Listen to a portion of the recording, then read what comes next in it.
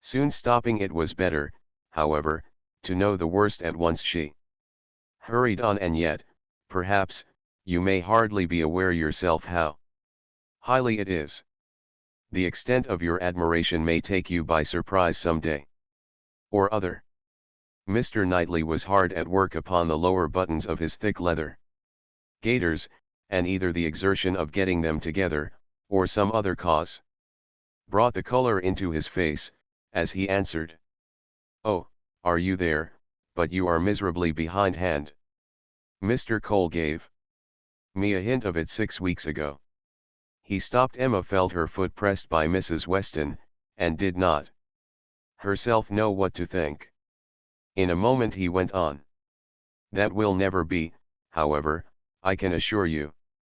Miss Fairfax, I dare say, would not have me if I were to ask her, and I am very sure I shall never ask her."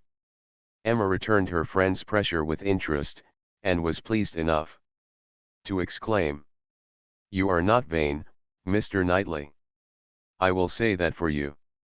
He seemed hardly to hear her. He was thoughtful, and in a manner which shewed him not pleased, soon afterwards said, "So you have been settling that I should marry Jane Fairfax?" "No, indeed I have not. You have scolded me too much for matchmaking, for me to presume to take such a liberty with you. What I said just now, meant nothing. One says those sort of things, of course, without any idea of a serious meaning. Oh, no, upon my word I have not the smallest wish for your marrying Jane Fairfax, or Jane anybody.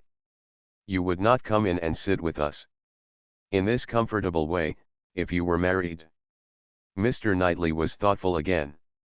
The result of his reverie was, "No, Emma, I do not think the extent of my admiration for her will ever take me by surprise. I never had a thought of her in that way, I assure you."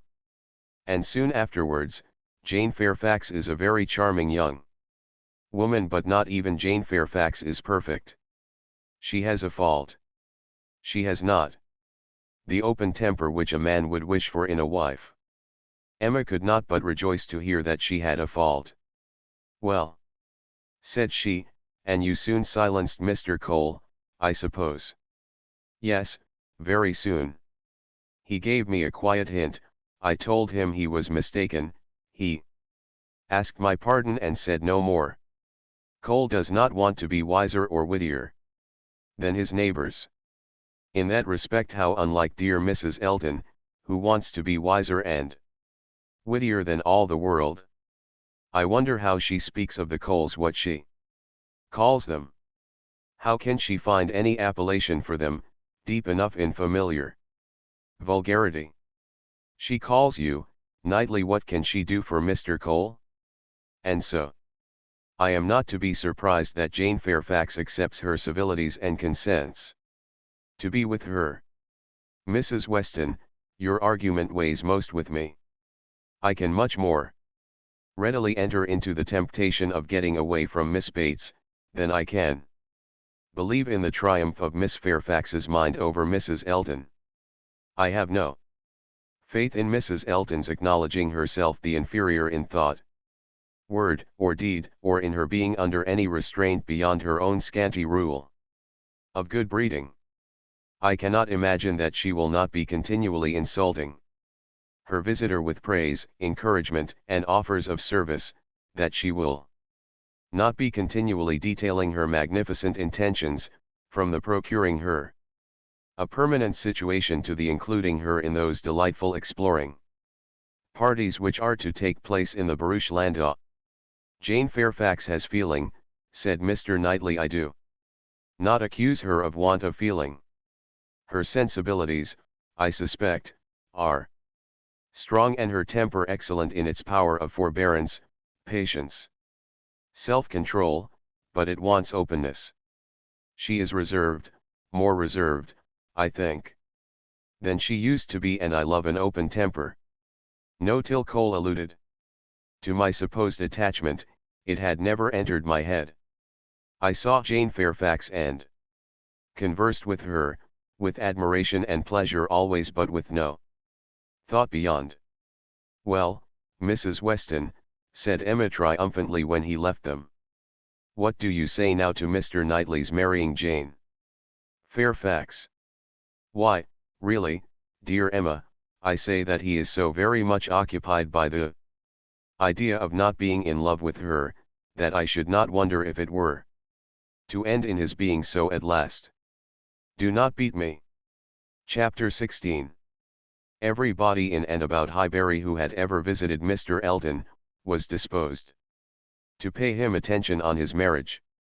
Dinner parties and evening parties were made for him and his lady, and invitations flowed in so fast that she had soon the pleasure of apprehending they were never to have a disengaged day. "I see how it is," said she. "I see what a life I am to lead among you. Upon my word we shall be absolutely dissipated. We really seem quite the fashion. If this is living in the country, it is nothing very formidable. From Monday next to Saturday, I assure you we have not a disengaged day. A woman with fewer resources than I have, need not have been at a loss. No invitation came amiss to her. Her bath habits made evening parties perfectly natural to her, and Maple Grove had given her a taste for dinners. She was a little shocked at the want of 2 drawing rooms, at the poor attempt at rout cakes, and there being no ice in the Highbury card parties. Mrs. Bates, Mrs. Perry, Mrs. Goddard, and others, were a good deal behindhand in knowledge of the world, but she would soon shew them how everything ought to be arranged. In the course of the spring she must return their civilities by one very superior party, in which her card tables should be set out with their separate candles and unbroken packs in the true style, and more waiters engaged for the evening than their own establishment could furnish, to carry round the refreshments at exactly the proper hour, and in the proper order. Emma, in the meanwhile, could not be satisfied without a dinner at Hartfield. For the Eltons, they must not do less than others, or she should be exposed to odious suspicions, and imagined capable of pitiful resentment. A dinner there must be.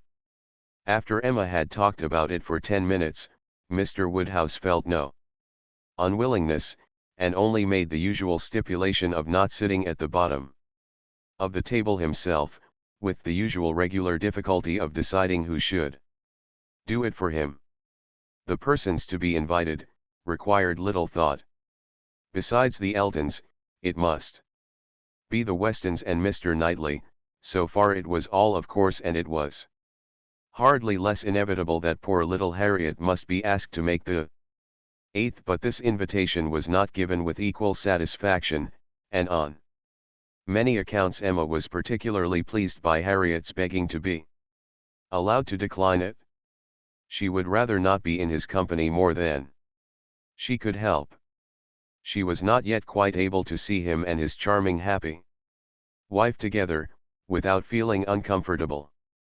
If Miss Woodhouse would not be displeased, she would rather stay at home. It was precisely what Emma would have wished, had she deemed it possible enough for wishing. She was delighted with the fortitude of her little friend, for fortitude she knew it was in her to give up being in company and stay at home, and she could now invite the very person whom she really wanted to make the 8th, Jane Fairfax. Since her last conversation with Mrs. Weston and Mr. Knightley, she was more conscience-stricken about Jane Fairfax than she had often been. Mr. Knightley's words dwelt with her. He had said that Jane Fairfax received attentions from Mrs. Elton which nobody else paid her. "This is very true," said she, "at least as far as relates to me, which was all that was meant, and it is very shameful of the same age, and always knowing her I ought to have been more her friend. She will never like me now. I have neglected her too long. But I will shew her greater attention than I have done." Every invitation was successful. They were all disengaged and all Happy the preparatory interest of this dinner, however, was not yet over. A circumstance rather unlucky occurred.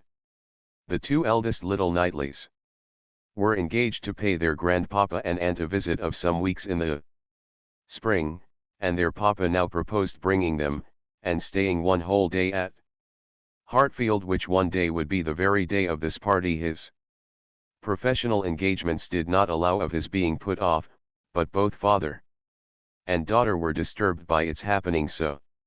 Mr. Woodhouse considered 8 persons at dinner together as the utmost that his nerves could bear, and here would be a 9th, and Emma apprehended that it would be a 9th very much out of humor at not being able to come even to Hartfield for 48 hours without falling in with a dinner party.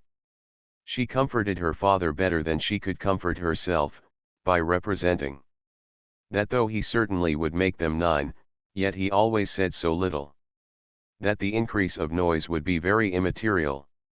She thought it in reality a sad exchange for herself, to have him with his grave looks and reluctant conversation opposed to her instead of his brother.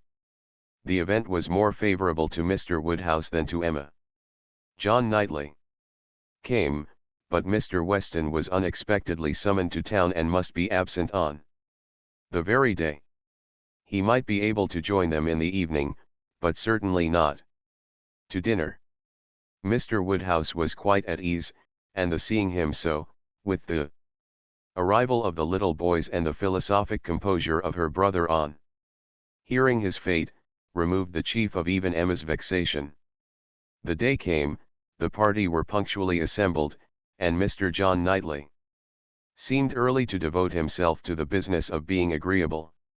Instead of drawing his brother off to a window while they waited for dinner, he was talking to Miss Fairfax.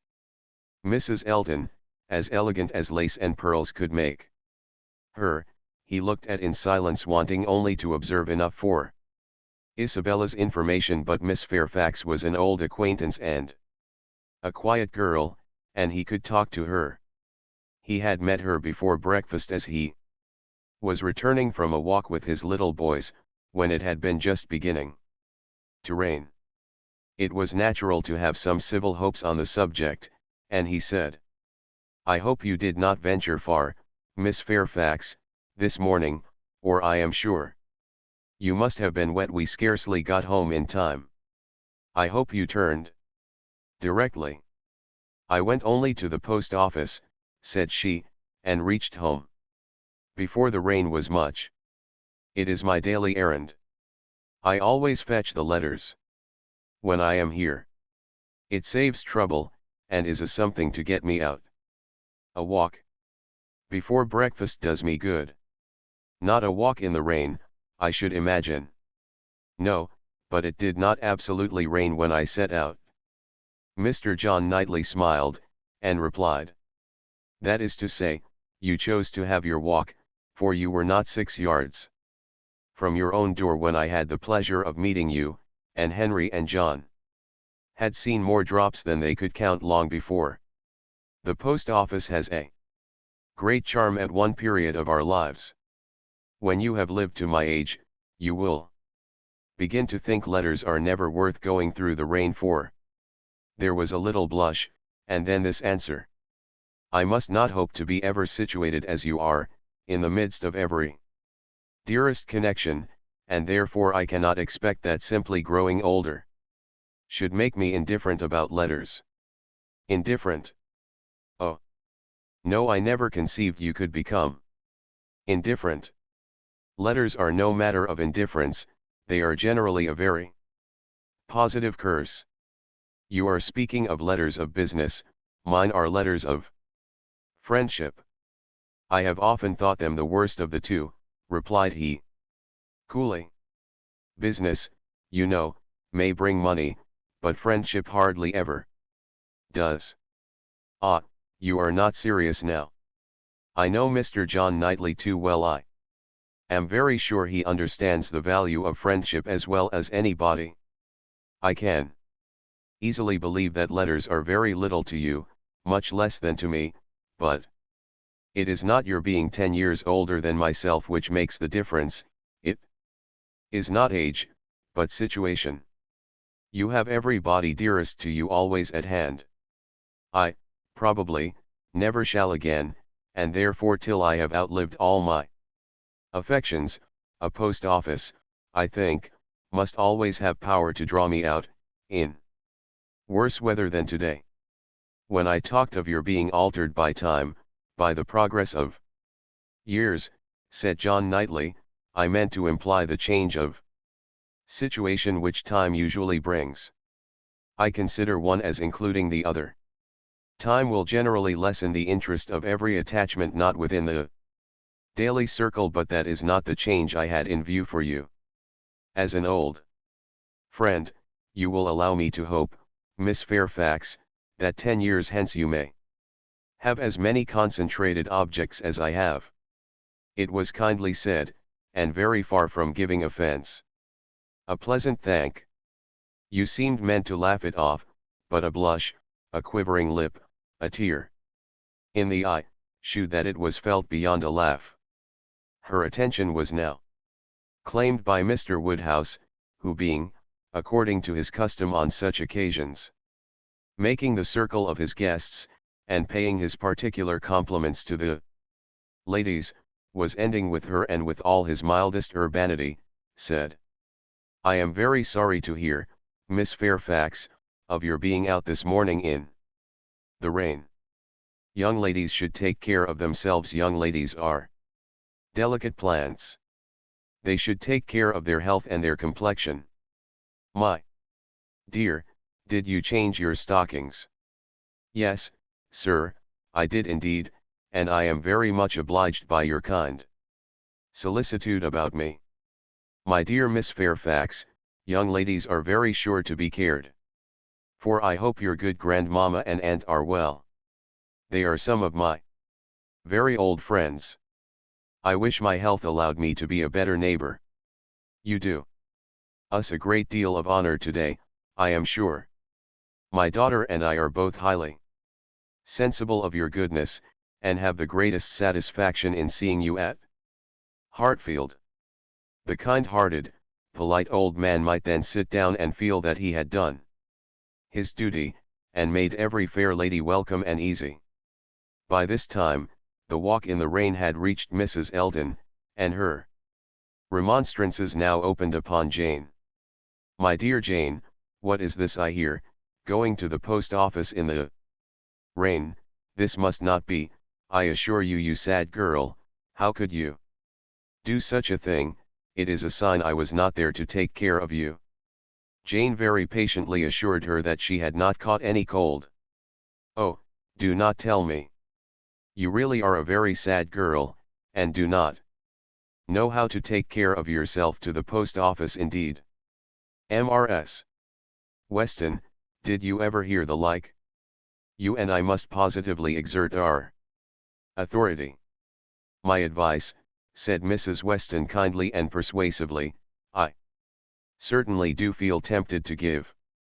Miss Fairfax, you must not run such risks. Liable as you have been to severe colds, indeed you ought to be particularly careful, especially at this time of year. The spring, I always think, requires more than common care. Better wait an hour or two, or even half a day for your letters, than run the risk of bringing on your cough again. Now, do not you feel that you had? Yes, I am sure you are much too reasonable. You look as if you would not do such a thing again. Oh, she shall not do such a thing again, eagerly rejoined Mrs. Eldon.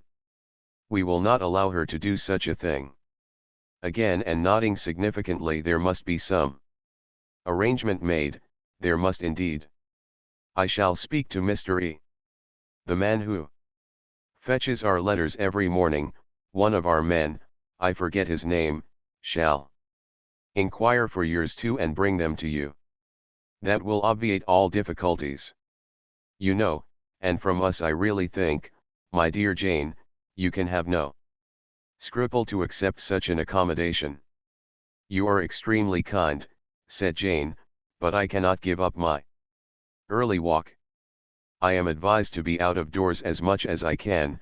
I must walk somewhere, and the post office is an object, and upon my word, I have scarcely ever had a bad morning before. My dear Jane, say no more about it. The thing is determined, that is. Laughing affectedly, as far as I can presume to determine anything without the concurrence of my lord and master. You know, Mrs. Weston, you and I must be cautious how we express ourselves. But I do flatter myself, my dear Jane, that my influence is not entirely worn out. If I meet with no insuperable difficulties, therefore, consider that point as settled. Excuse me, said Jane earnestly, I cannot by any means consent to such an arrangement, so needlessly troublesome to your servant. If the errand were not a pleasure to me, it could be done, as it always is when I am not here, by my grandmamma's. Oh, my dear, but so much as Patty has to do, and it is a kindness to employ our men. Jane looked as if she did not mean to be conquered, but instead of answering, she began speaking again to Mr. John Knightley. The post office is a wonderful establishment, said she. The regularity and dispatch of it. If one thinks of all that it has to do, and all that it does so well, it is really astonishing. It is certainly very well regulated. So seldom that any negligence or blunder appears. So seldom that a letter, among the thousands that are constantly passing about the kingdom, is even carried wrong, and not one in a million, I suppose, actually lost. And when one considers the variety of hands, and of bad hands too, that are to be deciphered, it increases the wonder. The clerks grow expert from habit. They must begin with some quickness of sight and hand, and exercise improves them. If you want any farther explanation, continued he, smiling, they are paid for it. That is the key to a great deal of capacity. The public pays and must be served. Well, the varieties of handwriting were farther talked of, and the usual observations made. I have heard it asserted, said John Knightley, that the same sort of handwriting often prevails in a family, and where the same master teaches, it is natural enough. But for that reason, I should imagine the likeness must be chiefly confined to the females, for boys have very little teaching after an early age, and scramble into any hand they can get. Isabella and Emma, I think, do write very much alike. I have not always known their writing apart. Yes, said his brother hesitatingly, there is a likeness. I know what you mean, but Emma's hand is the strongest. Isabella and Emma both write beautifully, said Mr. Woodhouse. And always did. And so does poor Mrs. Weston, with half a sigh and half a smile at her. I never saw any gentleman's handwriting, Emma began, looking also at Mrs. Weston, but stopped, on perceiving that Mrs. Weston was attending to some one else, and the pause gave her time to reflect. Now, how am I going to introduce him? Am I unequal to speaking his name at once before all these people? Is it necessary for me to use any roundabout phrase, your Yorkshire friend, your correspondent in Yorkshire? That would be the way, I suppose, if I were very bad. No, I can pronounce his name without the smallest distress. I certainly get better and better now for it. Mrs. Weston was disengaged, and Emma began again. Mr. Frank Churchill writes one of the best gentleman's hands I ever saw. I do not admire it, said Mr. Knightley. It is too small, wants strength. It is like a woman's writing. This was not submitted to by either lady. They vindicated him against the base aspersion. No, it by no means wanted strength. It was not a large hand, but very clear and certainly strong. Had not Mrs. Weston any letter about her to produce. No, she had heard from him very lately, but having answered the letter, had put it away. If we were in the other room, said Emma, if I had my writing desk, I am sure I could produce a specimen. I have a note of his, do not you remember, Mrs. Weston, employing him to write for you one day. He chose to say he was employed. Well, well, I have that note, and can shew it after dinner to convince Mr. Knightley.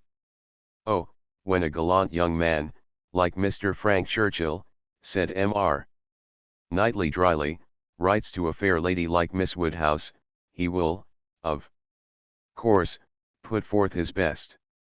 Dinner was on table. Mrs. Elton, before she could be spoken to, was ready, and before Mr. Woodhouse had reached her with his request to be allowed to hand her into the dining parlour, was saying, "Must I go first?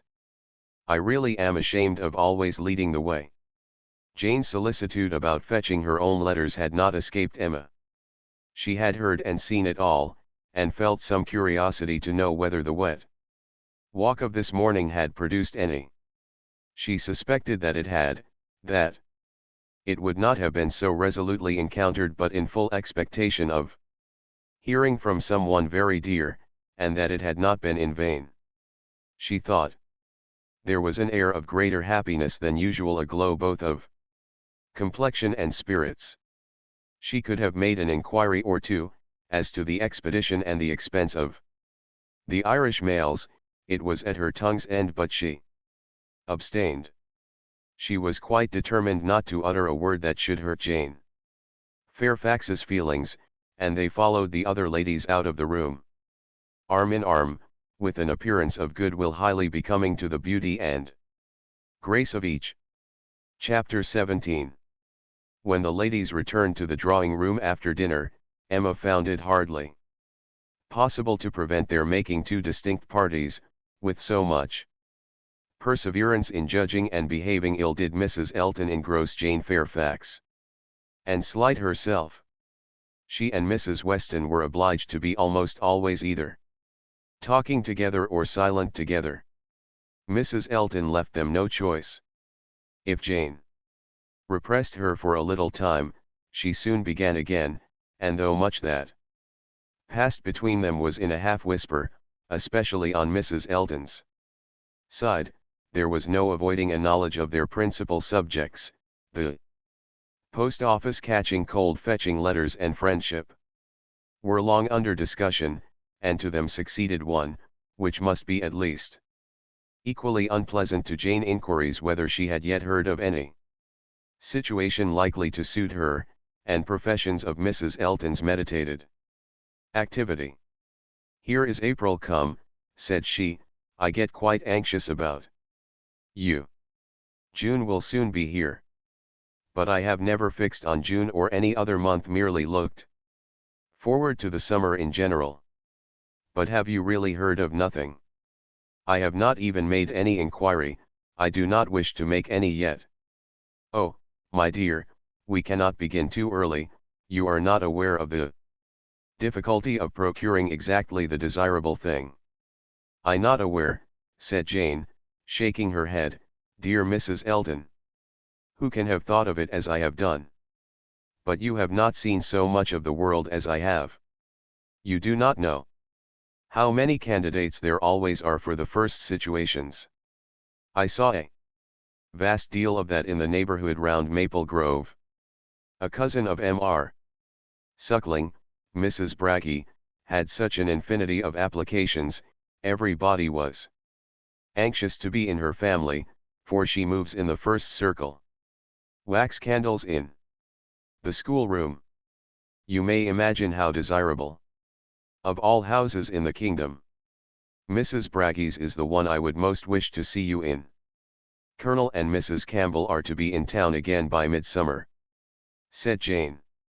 "I must spend some time with them, I am sure they will want it. Afterwards I may probably be glad to dispose of myself. But I would not wish you to take the trouble of making any inquiries at present." "Trouble, I, I know your scruples. You are afraid of giving me trouble. But I assure you, my dear Jane, the Campbells can hardly be more interested about you than I am. I shall write to Mrs. Partridge in a day or two, and shall give her a strict charge to be on the lookout for anything eligible. Thank you, but I would rather you did not mention the subject to her. Till the time draws nearer, I do not wish to be giving anybody trouble. But, my dear child, the time is drawing near. Here is April, and June, or say even July, is very near, with such business to accomplish before us. Your inexperience really amuses me. A situation such as you deserve, and your friends would require for you, is no everyday occurrence, is not obtained at a moment's notice. Indeed, we must begin inquiring directly. Excuse me, ma'am, but this is by no means my intention. I make no inquiry myself, and should be sorry to have any made by my friends. When I am quite determined as to the time, I am not at all afraid of being long unemployed. There are places in town, offices, where inquiry would soon produce something, offices for the sale not quite of human flesh but of human intellect. Oh, my dear, human flesh. You quite shock me, if you mean a fling at the slave trade. I assure you Mr. Suckling was always rather a friend to the abolition. I did not mean, I was not thinking of the slave trade, replied Jane. Governess trade, I assure you, was all that I had in view, widely different certainly as to the guilt of those who carry it on, but as to the greater misery of the victims, I do not know where it lies. But I only mean to say that there are advertising offices, and that by applying to them I should have no doubt of very soon meeting with something that would do. Something that would do, repeated Mrs. Elton. I. That may suit your humble ideas of yourself. I know what a modest creature you are, but it will not satisfy your friends to have you taking up with anything that may offer any inferior, commonplace situation in a family, not moving in a certain circle, or able to command the elegancies of life. You are very obliging, but as to all that, I am very indifferent. It would be no object to me to be with the rich. My mortifications, I think, would only be the greater. I should suffer more from comparison. A gentleman's family is all that I should condition for. I know you, you would take up with anything, but I shall be a little more nice, and I am sure the good Campbells will be quite on my side. With your superior talents, you have a right to move in the first circle. Your musical knowledge alone would entitle you to name your own terms, have as many rooms as you like, and mix in the family as much as you chose. That is, I do not know if you knew the harp, you might do all that, I am very sure, but you sing as well as play. Yes, I really believe you might. Even without the harp, stipulate for what you chose, and you must and shall be delightfully, honorably, and comfortably settled before the Campbells. Or I have any rest. You may well class the delight, the honor, and the comfort of such a situation together, said Jane. They are pretty sure to be equal. However, I am very serious in not wishing anything to be attempted at present. For me, I am exceedingly obliged to you, Mrs. Elton. I am obliged to anybody who feels for me, but I am quite serious in wishing nothing to be done till the summer. For 2 or 3 months longer I shall remain where I am, and as I am. And I am quite serious too, I assure you, replied Mrs. Elton gaily, in resolving to be always on the watch, and employing my friends to watch also, that nothing really unexceptionable may pass us.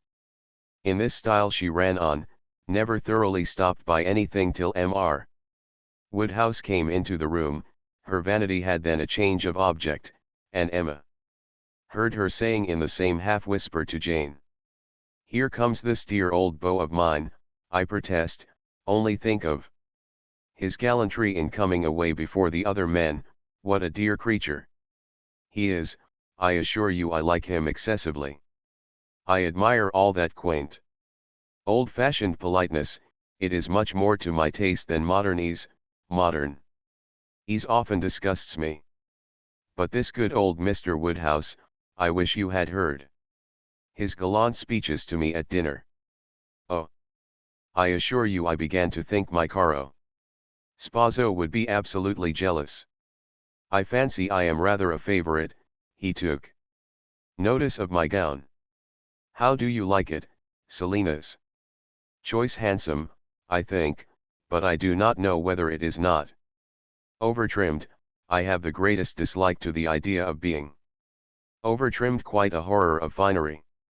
I must put on a few ornaments now, because it is expected of me. A bride, you know, must appear like a bride, but my natural taste is all for simplicity, a simple style of dress is so infinitely preferable to finery.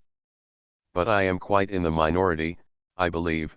Few people seem to value simplicity of dress. Show and finery are every thing.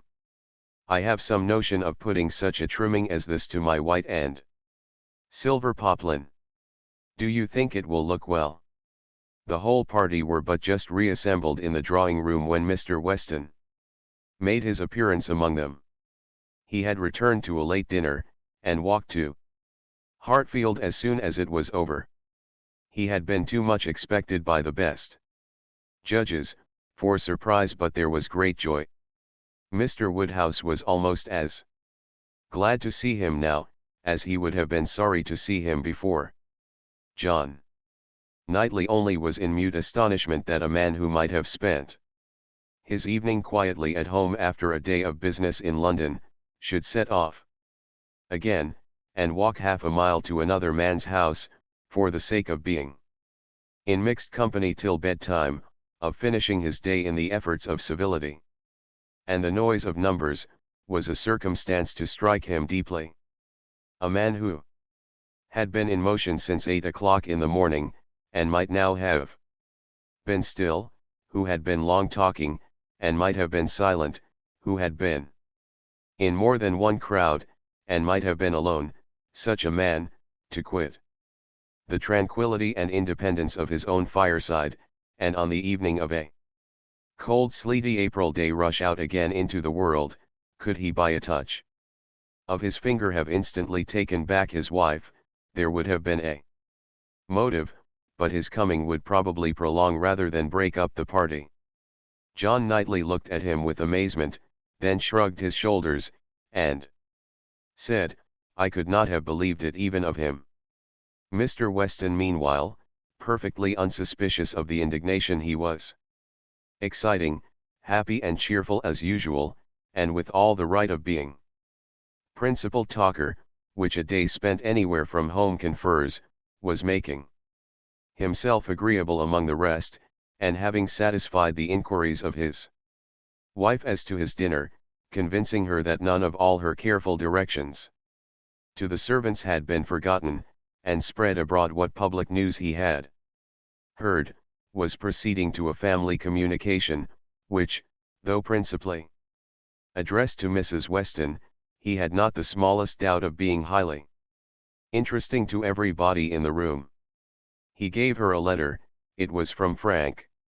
And to herself, he had met with it in his way, and had taken the liberty of opening it. Read it, said he, it will give you pleasure, only a few lines will not take you long, read it to Emma. The two ladies looked over it together, and he sat smiling and talking to them the whole time, in a voice a little subdued, but very audible to everybody. Well, he is coming, you see, good news, I think. Well, what do you say to it? I always told you he would be here again soon, did not I, Anne, my dear, did not I always tell you so, and you would not believe me? In town next week, You see at the latest, I dare say, 4.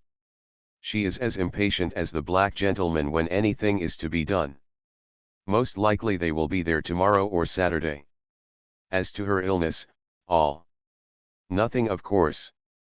But it is an excellent thing to have Frank among us again. So near as town.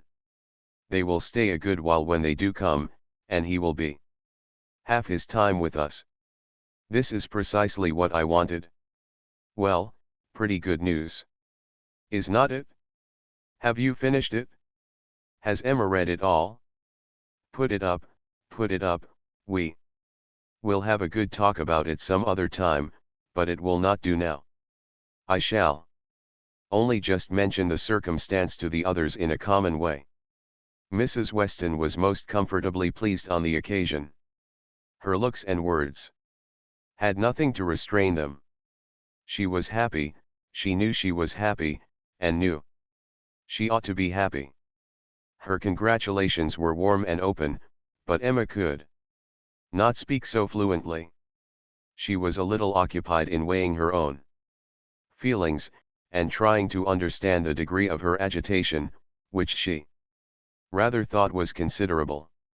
Mr. Weston, however, too eager to be very observant, too communicative to want others to talk, was very well satisfied with what she did say, and soon moved away to make the rest of his friends happy by a partial communication of what the whole room must have overheard already. It was well that he took everybody's joy for granted, or he might not have thought either Mr. Woodhouse or Mr. Knightley particularly delighted. They were the first entitled, after Mrs. Weston and Emma, to be made happy. From them he would have proceeded to Miss Fairfax, but she was so deep in conversation with John Knightley, that it would have been too positive an interruption, and finding himself close to Mrs. Elton, and her attention disengaged, he necessarily began on the subject with her. Chapter 18. I hope I shall soon have the pleasure of introducing my son to you, said Mr. Weston. Mrs. Elton, very willing to suppose a particular compliment intended her by such a hope, smiled most graciously. You have heard of a certain Frank Churchill, I presume, he continued, and know him to be my son, though he does not bear my name. Oh, yes, and I shall be very happy in his acquaintance. I am sure Mr. Elton will lose no time in calling on him, and we shall both have great pleasure in seeing him at the vicarage. You are very obliging. Frank will be extremely happy, I am sure. He is to be in town next week, if not sooner. We have notice of it in a letter today. I met the letters in my way this morning, and seeing my son's hand, presumed to open it, though it was not directed to me, it was to Mrs. Weston. She is his principal correspondent, I assure you. I hardly ever get a letter. And so you absolutely opened what was directed to her. Oh, Mr. Weston, laughing affectedly, I must protest against that, a most dangerous precedent indeed. I beg you will not let your neighbors follow your example. Upon my word, if this is what I am to expect, we married women must begin to exert ourselves. Oh, Mr. Weston, I could not have believed it of you. We men are sad fellows. You must take care of yourself, Mrs. Elton. This letter tells us it is a short letter written in a hurry, merely to give us notice. It tells us that they are all coming up to town directly. On Mrs. Churchill's account she has not been well the whole winter, and thinks Enscombe too cold for her, so they are all to move southward without loss of time. Indeed, from Yorkshire, I think. Enscombe is in Yorkshire. Yes, they are about 190 miles from London, a considerable journey. Yes, upon my word, very considerable. 65 miles farther than from Maple Grove to London. But what is distance, Mr. Weston, To people of large fortune, you would be amazed to hear how my brother, Mr. Suckling, sometimes flies about. You will hardly believe me, but twice in 1 week, he and Mr. Braggie went to London and back again with 4 horses. The evil of the distance from Enscombe, said Mr. Weston, is, that Mrs. Churchill, as we understand, has not been able to leave the sofa for a week together. In Frank's last letter, she complained, he said, of being too weak to get into her conservatory without having both his arm and his uncle's. This, you know, speaks a great degree of weakness, but now she is so impatient to be in town, that she means to sleep only 2 nights on the road, so Frank writes word. Certainly, delicate ladies have very extraordinary constitutions, Mrs. Elton. You must grant me that. No, indeed, I shall grant you nothing. I always take the part of my own sex. I do indeed. I give you notice you will find me a formidable antagonist on that point. I always stand up for women, and I assure you, if you knew how Selina feels with respect to sleeping at an inn, you would not wonder at Mrs. Churchill's making incredible exertions to avoid it. Selina says it is quite horror to her, and I believe I have caught a little of her nicety.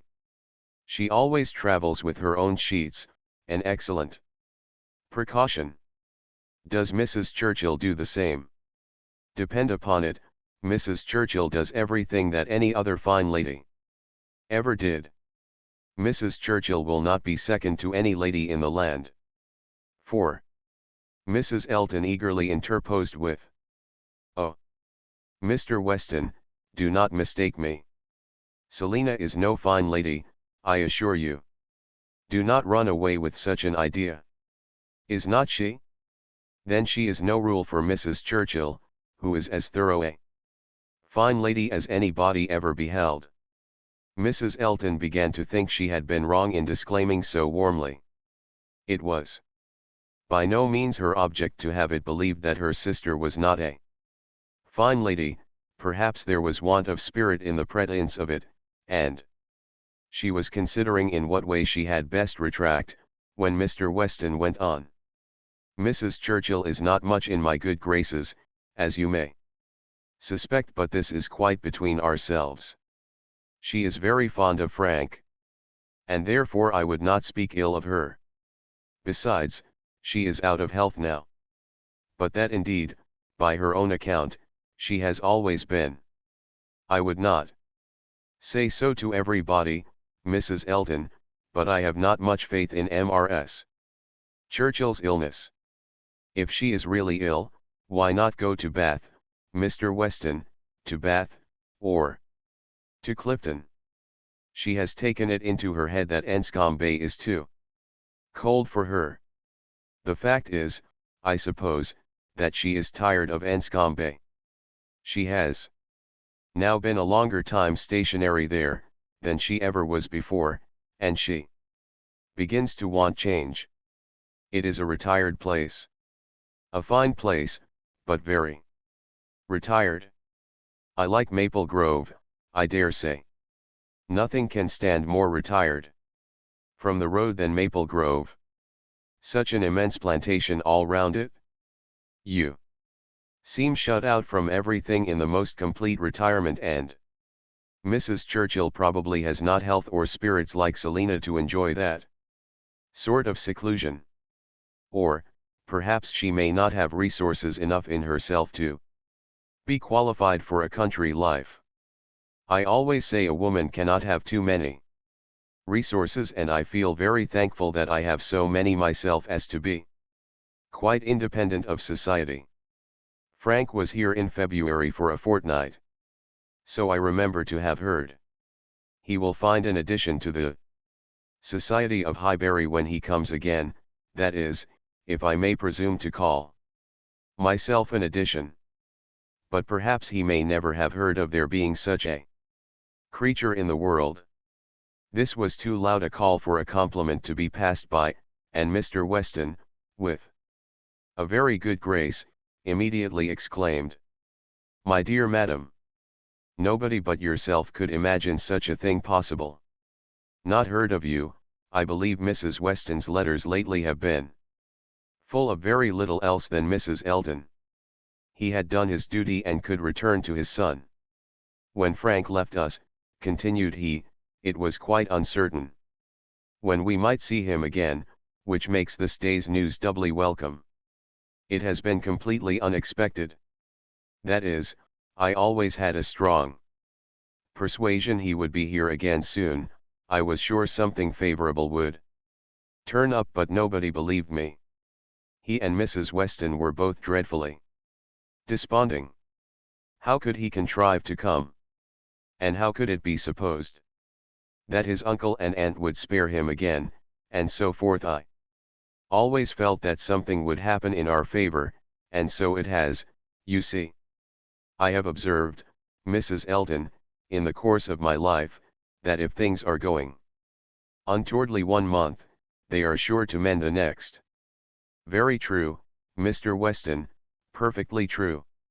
It is just what I used to say to a certain gentleman in company in the days of courtship, when, because things did not go quite right, did not proceed with all the rapidity which suited his feelings, he was apt to be in despair, and exclaim that he was sure at this rate it would be May before Hymen's saffron robe would be put on for us. Oh, the pains I have been at to dispel those gloomy ideas and give him cheerful views. The carriage, we had disappointments about the carriage. One morning, I remember, he came to me quite in despair. She was stopped by a slight fit of coughing, and Mr. Weston instantly seized the opportunity of going on. "You were mentioning May. May is the very month which Mrs. Churchill is ordered, or has ordered herself, to spend in some warmer place than Anscombe, in short, to spend in London, so that we have the agreeable prospect of frequent visits from Frank the whole spring, precisely the season of the year which one should have chosen for it, days almost at the longest, weather genial and pleasant, always inviting one out, and never too hot for exercise.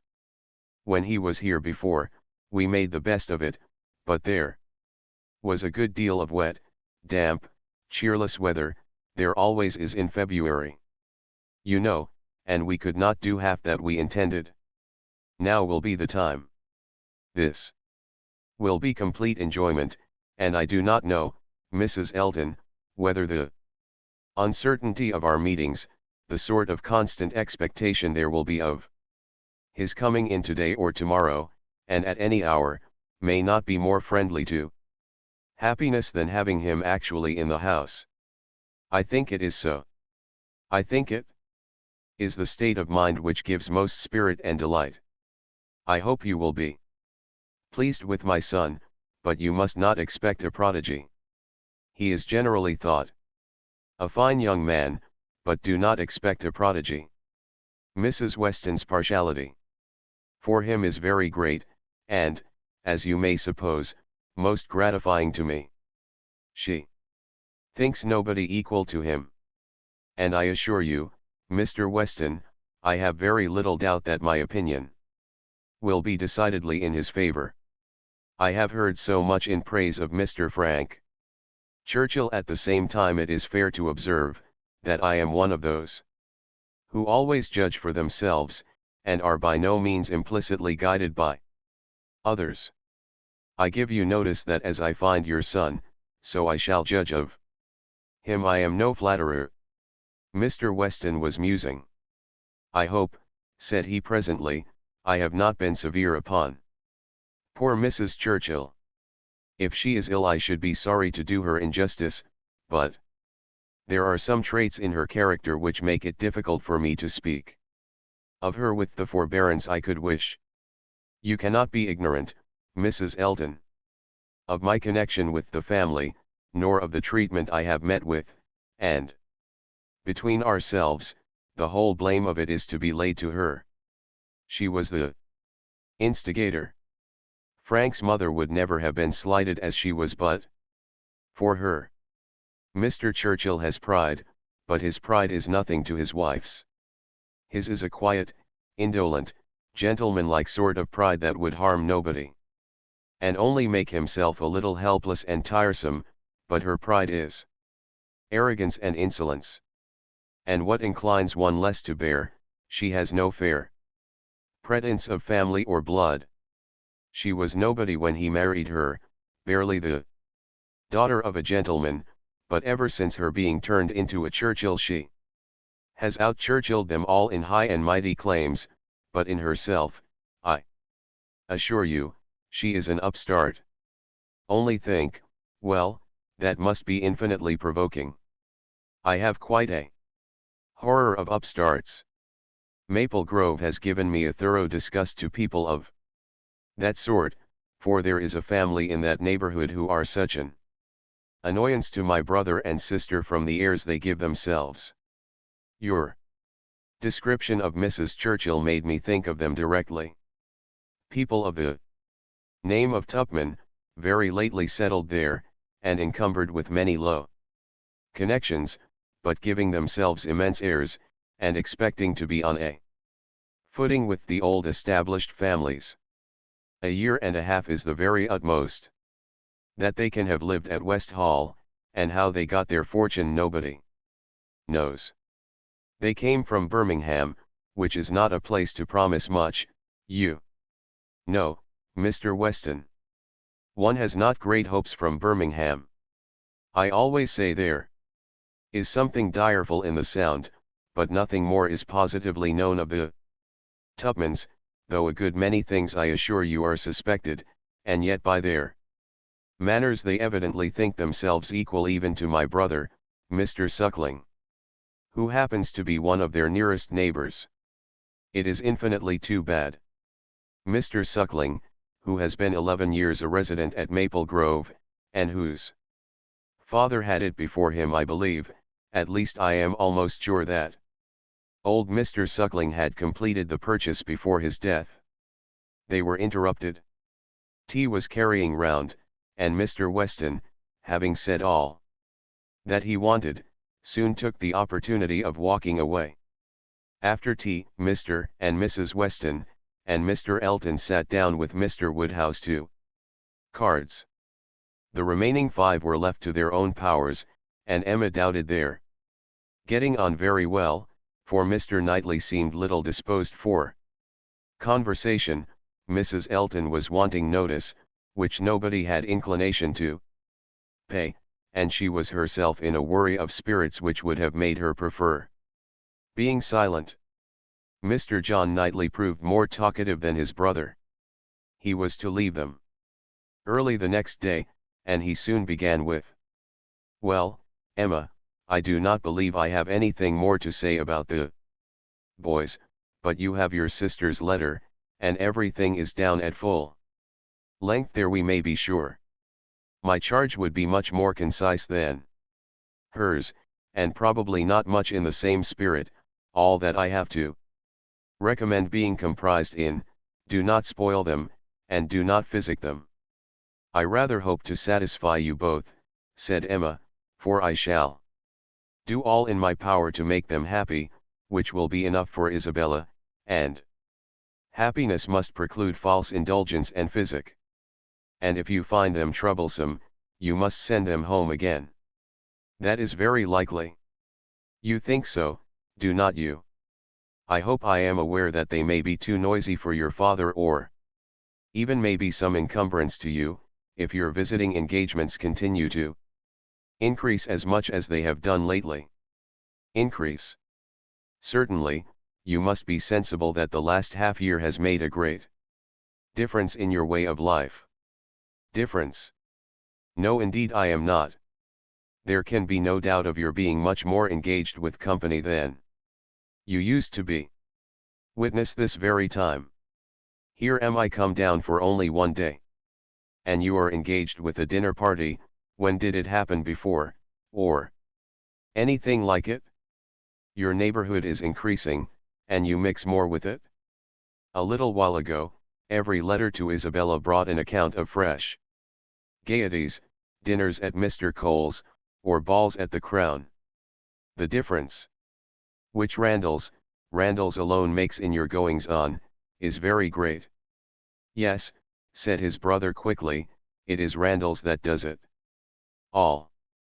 Very well, and as Randalls, I suppose, is not likely to have less influence than heretofore, it strikes me as a possible thing, Emma, that Henry and John may be sometimes in the way. And if they are, I only beg you to send them home. No, cried Mr. Knightley, that need not be the consequence. Let them be sent to Donwell. I shall certainly be at leisure. Upon my word, exclaimed Emma, you amuse me. I should like to know how many of all my numerous engagements take place without your being of the party, and why I am to be supposed in danger of wanting leisure to attend to the little boys. These amazing engagements of mine, what have they been? Dining once with the Coles and having a ball talked of, which never took place. I can understand you, nodding at Mr. John Knightley, your good fortune in meeting with so many of your friends at once here, delights you too much to pass unnoticed. But you, turning to Mr. Knightley, who know how very, very seldom I am ever 2 hours from Hartfield. Why you should foresee such a series of dissipation for me, I cannot imagine. And as to my dear little boys, I must say, that if Aunt Emma has not time for them, I do not think they would fare much better with Uncle Knightley, who is absent from home about 5 hours where she is absent one, and who, when he is at home, is either reading to himself or settling his accounts. Mr. Knightley seemed to be trying not to smile, and succeeded without difficulty, upon Mrs. Elton's beginning to talk to him. Volume 3. Chapter I. A very little quiet reflection was enough to satisfy Emma as to the nature of her agitation on hearing this news of Frank Churchill. She was soon convinced that it was not for herself she was feeling at all apprehensive or embarrassed. It was for him. Her own attachment had really subsided into a mere nothing. It was not worth thinking of, but if he, who had undoubtedly been always so much the most in love of the two, were to be returning with the same warmth of sentiment which he had taken away, it would be very distressing. If a separation of 2 months should not have cooled him, there were dangers and evils before her. Caution for him and for herself would be necessary. She did not mean to have her own affections entangled again, and it would be incumbent on her to avoid any encouragement of his. She wished she might be able to keep him from an absolute declaration. That would be so very painful a conclusion of their present acquaintance. And yet, she could not help rather anticipating something decisive. She felt as if the spring would not pass without bringing a crisis, an event, a something to alter her present composed and tranquil state. It was not very long, though rather longer than Mr. Weston had foreseen, before she had the power of forming some opinion of Frank Churchill's feelings. The Enscombe family were not in town quite so soon as had been imagined, but he was at Highbury very soon afterwards. He rode down for a couple of hours. He could not yet do more, but as he came from Randalls immediately to Hartfield, she could then exercise all her quick observation, and speedily determine how he was influenced, and how she must act. They met with the utmost friendliness. There could be no doubt of his great pleasure in seeing her. But she had an almost instant doubt of his caring for her as he had done, of his feeling the same tenderness in the same degree. She watched him well. It was a clear thing. He was less in love than he had been. Absence, with the conviction probably of her indifference, had produced this very natural and very desirable effect. He was in high spirits, as ready to talk and laugh as ever, and seemed delighted to speak of his former visit, and recur to old stories, and he was not without agitation. It was not in his calmness that she read his comparative indifference. He was not calm, his spirits were evidently fluttered, there was restlessness about him. Lively as he was, it seemed a liveliness that did not satisfy himself, but what decided her belief on the subject, was his staying only a quarter of an hour, and hurrying away to make other calls in Highbury.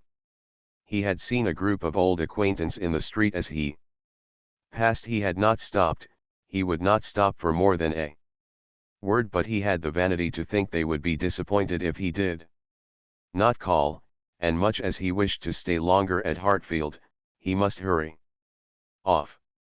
She had no doubt as to his being less in love, but neither his agitated spirits, nor his hurrying away, seemed like a perfect cure, and she was rather inclined to think it implied a dread of her returning power, and a discreet resolution of not trusting himself with her long. This was the only visit from Frank Churchill in the course of 10 days. He was often hoping, intending to come, but was always prevented. His aunt could not bear to have him leave her. Such was his own account at Randalls. If he were quite sincere, if he really tried to come, it was to be inferred that Mrs. Churchill's removal to London had been of no service to the wilful or nervous part of her disorder. That she was really ill was very certain, he had declared himself convinced of it, at Randalls. Though much might be fancy, he could not doubt, when he looked back, that she was in a weaker state of health than she had been half a year ago. He did not believe it to proceed from anything that care and medicine might not remove, or at least that she might not have many years of existence before her, but he could not be prevailed on, by all his father's doubts, to say that her complaints were merely imaginary, or that she was as strong as ever. It soon appeared that London was not the place for her. She could not endure its noise. Her nerves were under continual irritation and suffering, and by the 10 days' end, her nephew's letter to Randalls communicated a change of plan. They were going to remove immediately to Richmond. Mrs. Churchill had been recommended to the medical skill of an eminent person there, and had otherwise a fancy for the place.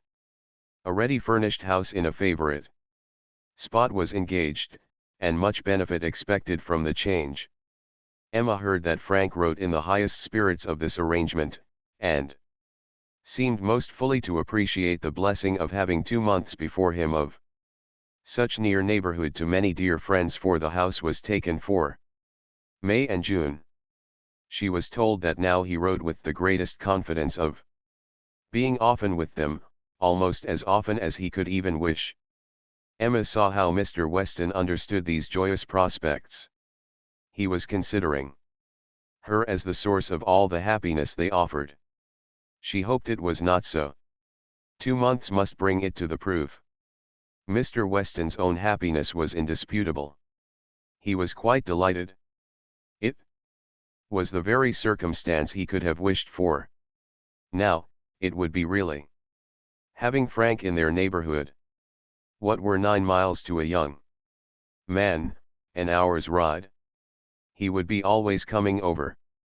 The difference in that respect of Richmond and London was enough to make the whole difference of seeing him always and seeing him never. 16 miles, nay, 18, it must be full 18 to Manchester Street was a serious obstacle. Were he ever able to get away, the day would be spent in coming and returning. There was no comfort in having him in London. He might as well be at Enscombe Bay, but Richmond was the very distance for easy intercourse. Better than nearer. One good thing was immediately brought to a certainty by this removal: the ball at the Crown. It had not been forgotten before, but it had been soon acknowledged vain to attempt to fix a day. Now, however, it was absolutely to be. Every preparation was resumed, and very soon after the Churchills had removed to Richmond, a few lines from Frank, to say that his aunt felt already much better for the change, and that he had no doubt of being able to join them for 24 hours at any given time, induced them to name as early a day as possible. Mr. Weston's ball was to be a real thing. A very few tomorrows stood between the young people of Highbury and happiness. Mr. Woodhouse was resigned. The time of year lightened the evil to him. May was better for everything than February.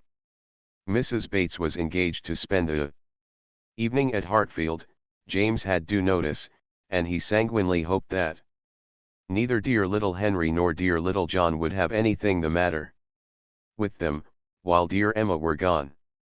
Chapter 2. No misfortune occurred, again to prevent the ball. The day approached, the day arrived, and after a morning of some anxious watching, Frank Churchill, in all the certainty of his own self, reached Randalls before dinner, and everything was safe. No second meeting had there yet been between him and Emma. The room at the Crown was to witness it, but it would be better than a common meeting in a crowd. Mr. Weston had been so very earnest in his entreaties for her arriving there as soon as possible after themselves, for the purpose of taking her opinion as to the propriety and comfort of the rooms before any other persons came, that she could not refuse him, and must therefore spend some quiet interval in the young man's company. She was to convey Harriet, and they drove to the Crown in good time, the Randalls party just sufficiently before them. Frank Churchill seemed to have been on the watch, and though he did not say much, his eyes declared that he meant to have a delightful evening. They all walked about together, to see that everything was as it should be, and within a few minutes were joined by the contents of another carriage, which Emma could not hear the sound of at first, without great surprise. So unreasonably early, she was going to exclaim, but she presently found that it was a family of old friends, who were coming, like herself, by particular desire, to help Mr. Weston's judgment, and they were so very closely followed by another carriage of cousins, who had been entreated to come early with the same distinguishing earnestness, on the same errand, that it seemed as if half the company might soon be collected together for the purpose of preparatory inspection. Emma perceived that her taste was not the only taste on which Mr. Weston depended, and felt, that to be the favorite and intimate of a man who had so many intimates and confidants, was not the very first distinction in the scale of vanity. She liked his open manners, but a little less of open-heartedness would have made him a higher character. General benevolence, but not general friendship, made a man what he ought to be. She could fancy such a man.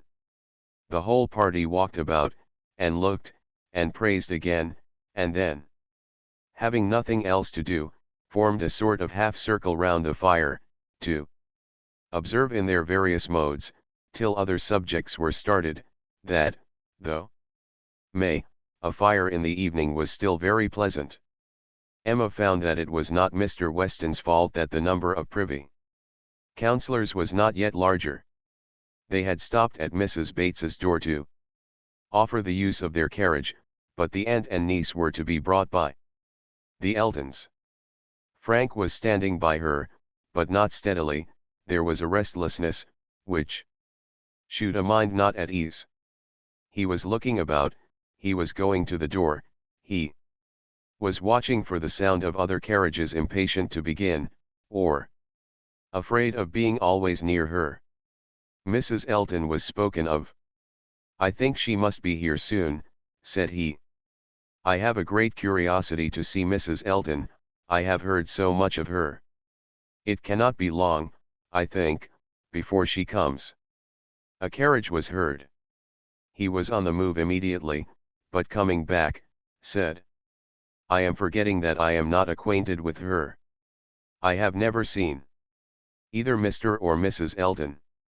I have no business to put myself forward. Mr. and Mrs. Elton appeared, and all the smiles and the proprieties passed. But Miss Bates and Miss Fairfax, said Mr. Weston, looking about. We thought you were to bring them. The mistake had been slight. The carriage was sent for them now. Emma longed to know what Frank's first opinion of Mrs. Elton might be, how he was affected by the studied elegance of her dress, and her smiles of graciousness. He was immediately qualifying himself to form an opinion, by giving her very proper attention, after the introduction had passed. In a few minutes the carriage returned. Somebody talked of rain. I will see that there are umbrellas, sir, said Frank to his father. Miss Bates must not be forgotten, and away he went. Mr. Weston was following, but Mrs. Elton detained him, to gratify him by her opinion of his son, and so briskly did she begin, that the young man himself, though by no means moving slowly, could hardly be out of hearing. A very fine young man indeed, Mr. Weston. You know I candidly told you I should form my own opinion, and I am happy to say that I am extremely pleased with him. You may believe me. I never compliment. I think him a very handsome young man, and his manners are precisely what I like and approve. So truly the gentleman, without the least conceit or puppyism. You must know I have a vast dislike to puppies, quite a horror of them. They were never tolerated at Maple Grove. Neither Mr. Suckling nor me had ever any patience with them, and we used sometimes to say very cutting things.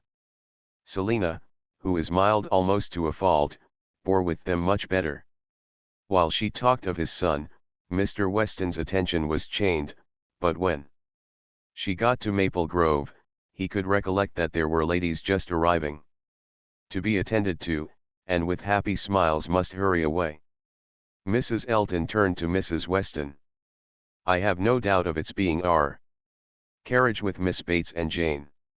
Our coachman and horses are so extremely expeditious, I believe we drive faster than anybody. What a pleasure it is to send one's carriage for a friend. I understand you were so kind as to offer, but another time it will be quite unnecessary. You may be very sure I shall always take care of them. Miss Bates and Miss Fairfax, escorted by the two gentlemen, walked into the room, and Mrs. Elton seemed to think it as much her duty as Mrs. Weston's to receive them. Her gestures and movements might be understood by anyone who looked on like Emma, but her words, everybody's words, were soon lost under the incessant flow of Miss Bates, who came in talking, and had not finished her speech under many minutes after her being admitted into the circle. At the fire, as the door opened, she was heard. So very obliging of you. No rain at all. Nothing to signify. I do not care for myself. Quite thick shoes. And Jane declares, well, as soon as she was within the door, well, this is brilliant indeed, this is admirable, excellently contrived, upon my word. Nothing wanting. Could not have imagined it so well lighted up. Jane, Jane. Look, did you ever see anything? Oh, Mr. Weston, you must really have had Aladdin's lamp. Good Mrs. Stokes would not know her own room again. I saw her as I came in, she was standing in the entrance. Oh, Mrs. Stokes, said I, but I had not time for more. She was now met by Mrs. Weston. Very well, I thank you, ma'am. I hope you are quite well. Very happy to hear it. So afraid you might have a headache, seeing you pass by so often, and knowing how much trouble you must have. Delighted to hear it indeed.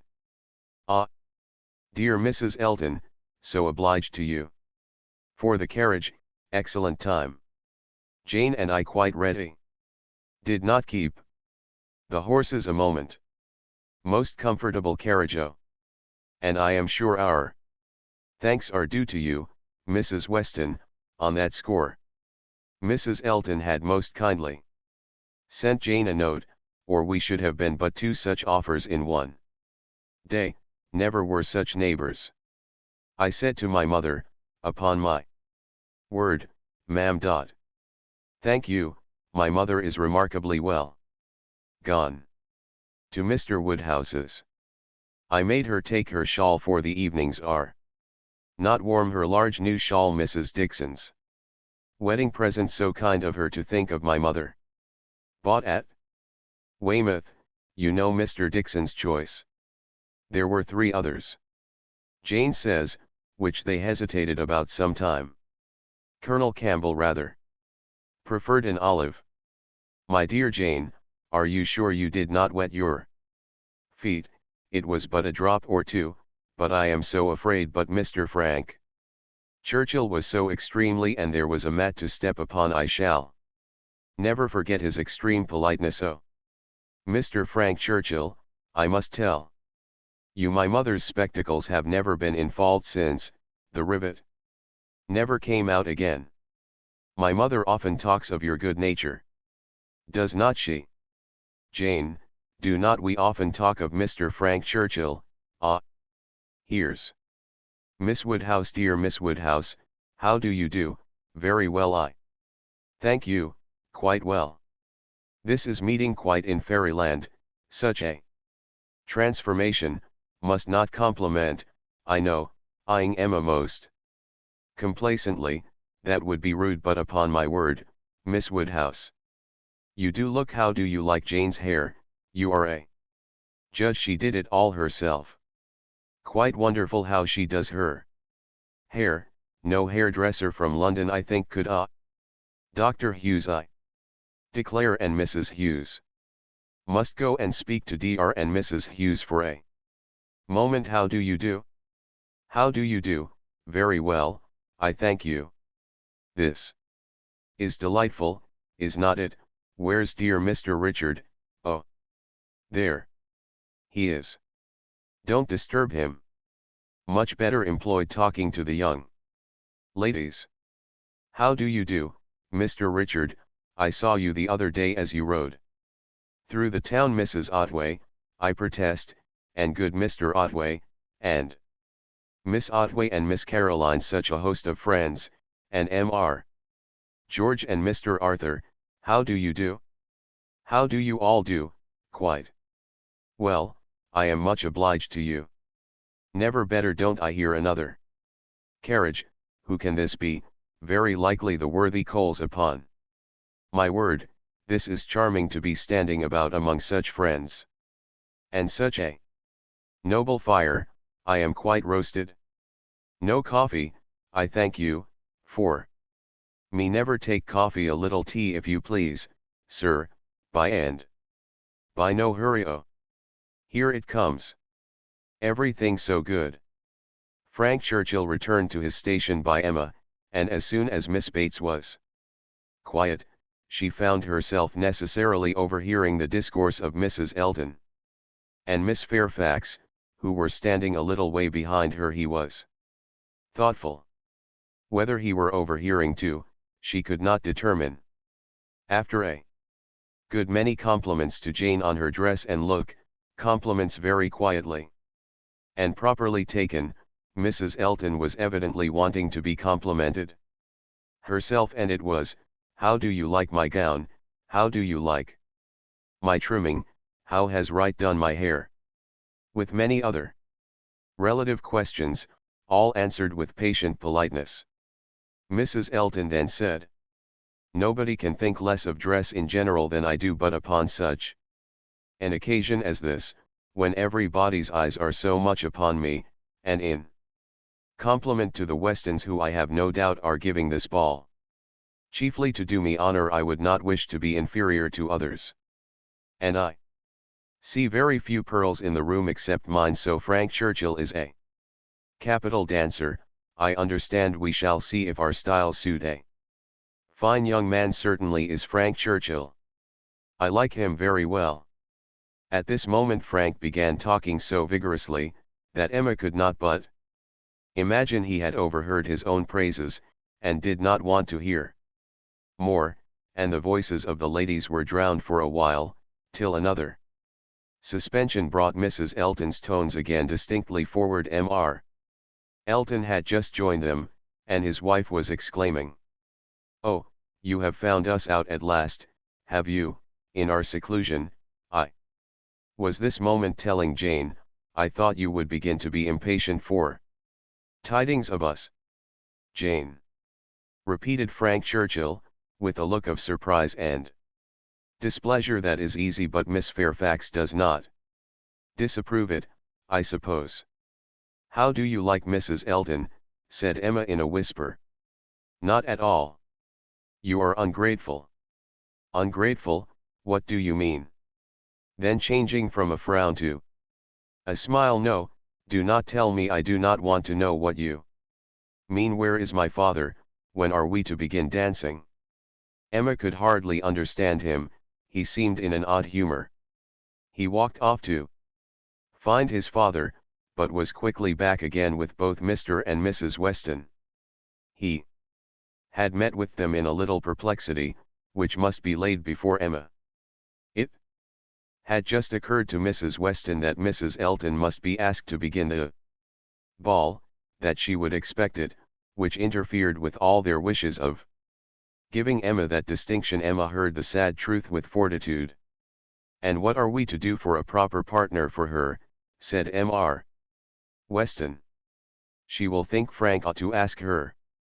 Frank turned instantly to Emma, to claim her former promise, and boasted himself an engaged man, which his father looked his most perfect approbation of, and it then appeared that Mrs. Weston was wanting him to dance with Mrs. Elton himself, and that their business was to help to persuade him into it, which was done pretty soon. Mr. Weston and Mrs. Elton led the way, Mr. Frank Churchill and Miss Woodhouse followed. Emma must submit to stand second to Mrs. Elton, though she had always considered the ball as peculiarly for her. It was almost enough to make her think of marrying. Mrs. Elton had undoubtedly the advantage, at this time, in vanity completely gratified, for though she had intended to begin with Frank Churchill, she could not lose by the change. Mr. Weston might be his son's superior in spite of this little rub.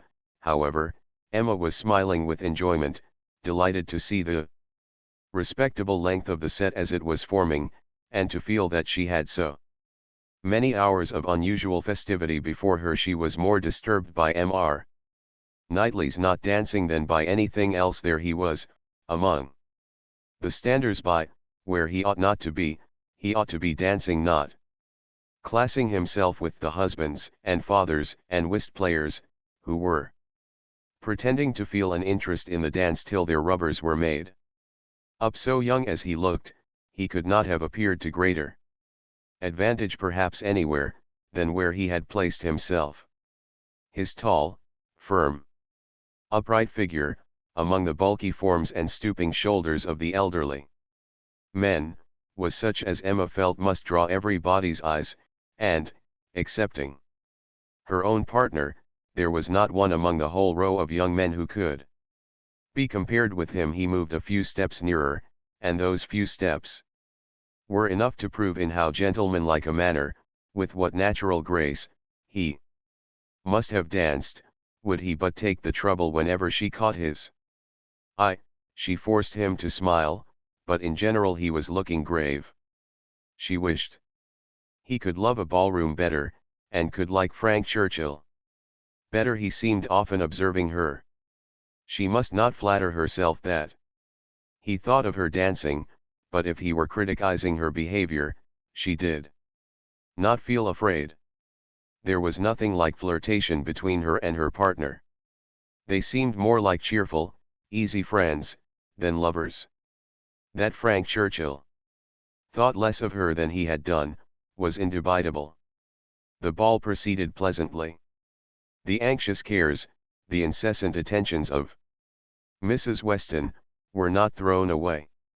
Everybody seemed happy, and the praise of being a delightful ball, which is seldom bestowed till after a ball has ceased to be, was repeatedly given in the very beginning of the existence of this. Of very important, very recordable events, it was not more productive than such meetings usually are.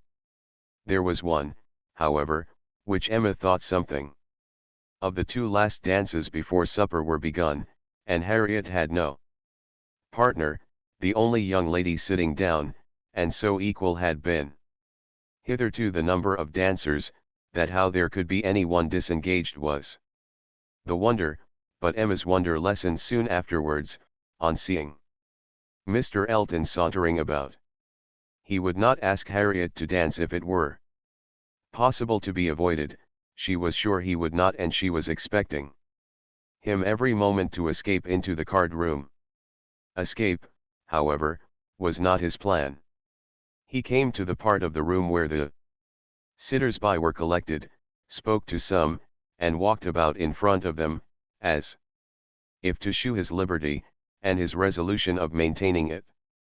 He did not omit being sometimes directly before Miss Smith, or speaking to those who were close to her. Emma saw it.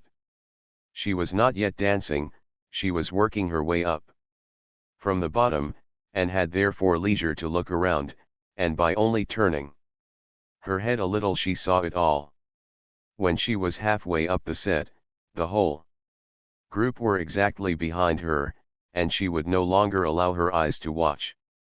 But Mr. Elton was so near, that she heard every syllable of a dialogue which just then took place between him and Mrs. Weston, and she perceived that his wife, who was standing immediately above her, was not only listening also, but even encouraging him by significant glances. The kind-hearted, gentle Mrs. Weston had left her seat to join him and say, "Do not you dance, Mr. Elton," to which his prompt reply was, "Most readily, Mrs. Weston. If you will dance with me." "Me? Oh, no, I would get you a better partner than myself. I am no dancer." "If Mrs. Gilbert wishes to dance," said he, "I shall have great pleasure, I am sure, for, though beginning to feel myself rather an old married man, and that my dancing days are over, it would give me very great pleasure at any time to stand up with an old friend like Mrs. Gilbert. Mrs. Gilbert does not mean to dance, but there is a young lady disengaged whom I should be very glad to see dancing, Miss Smith."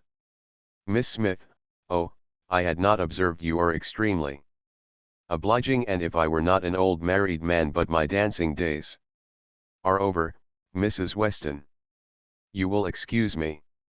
Anything else I should be most happy to do, at your command, but my dancing days are over." Mrs. Weston said no more, and Emma could imagine with what surprise and mortification she must be returning to her seat. This was Mr. Elton. The amiable, obliging, gentle Mr. Elton. She looked round for a moment. He had joined Mr. Knightley at a little distance, and was arranging himself for settled conversation, while smiles of high glee passed between him and his wife. She would not look again.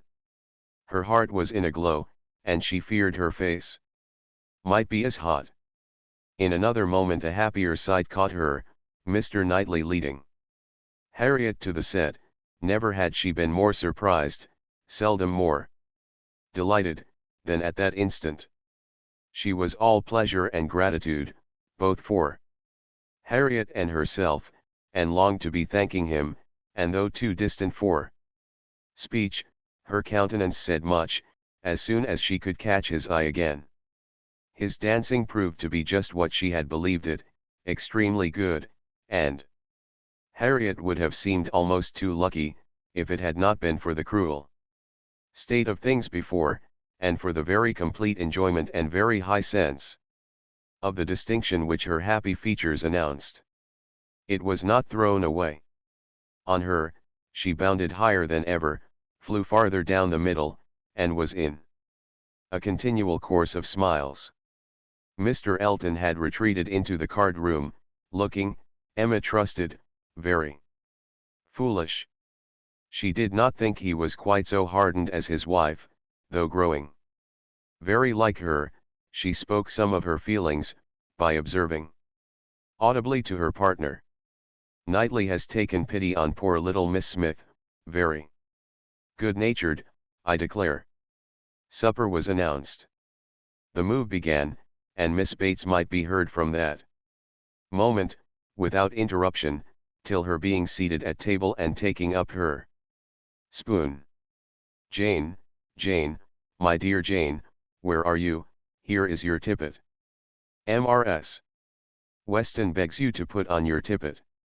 She says she is afraid there will be drafts in the passage, though everything has been done one door nailed up quantities of matting, my dear Jane, indeed you must. Mr. Churchill, oh, you are too obliging. How well you put it on, so gratified. Excellent dancing indeed. Yes, my dear, I ran home, as I said I should, to help grandmamma to bed, and got back again, and nobody missed me. I set off without saying a word, just as I told you. Grandmamma was quite well, had a charming evening with Mr. Woodhouse, a vast deal of chat, and backgammon tea was made downstairs, biscuits and baked apples and wine. Before she came away, amazing luck in some of her throws, and she inquired a great deal about you, how you were amused, and who were your partners. Oh, said I shall not forestall Jane, I left her dancing with Mr. George Otway, she will love to tell you all about it herself. Tomorrow, her first partner was Mr. Elton, I do not know who will ask her. Next, perhaps Mr. William Cox. My dear sir, you are too obliging. Is there nobody you would not rather? I am not helpless. Sir, you are most kind. Upon my word, Jane on one arm, and me on the other. Stop, stop, let us stand a little back. Mrs. Elton is going, dear. Mrs. Elton, how elegant she looks, beautiful lace, now we all follow in her train.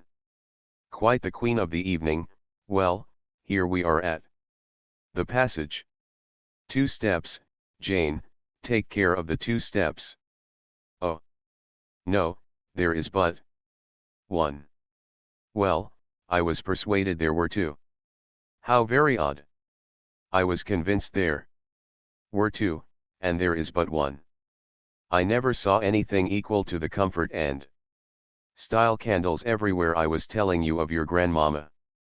Jane, there was a little disappointment. The baked apples and biscuits, excellent in their way, you know, but there was a delicate fricassee of sweetbread and some asparagus brought in at first, and good Mr. Woodhouse, not thinking the asparagus quite boiled enough, sent it all out again. Now, there is nothing grandmamma loves better than sweetbread and asparagus, so she was rather disappointed, but we agreed we would not speak of it to any body, for fear of its getting round to dear Miss Woodhouse, who would be so very much concerned. Well, this is brilliant. I am all amazement. Could not have supposed anything, such elegance and profusion. I have seen nothing like it since. Well, where shall we sit? Where shall we sit? Anywhere, so that Jane is not in a draught. Where I sit is of no consequence. Oh. Do you recommend this side? Well, I am sure, Mr. Churchill, only it seems too good, but just as you please.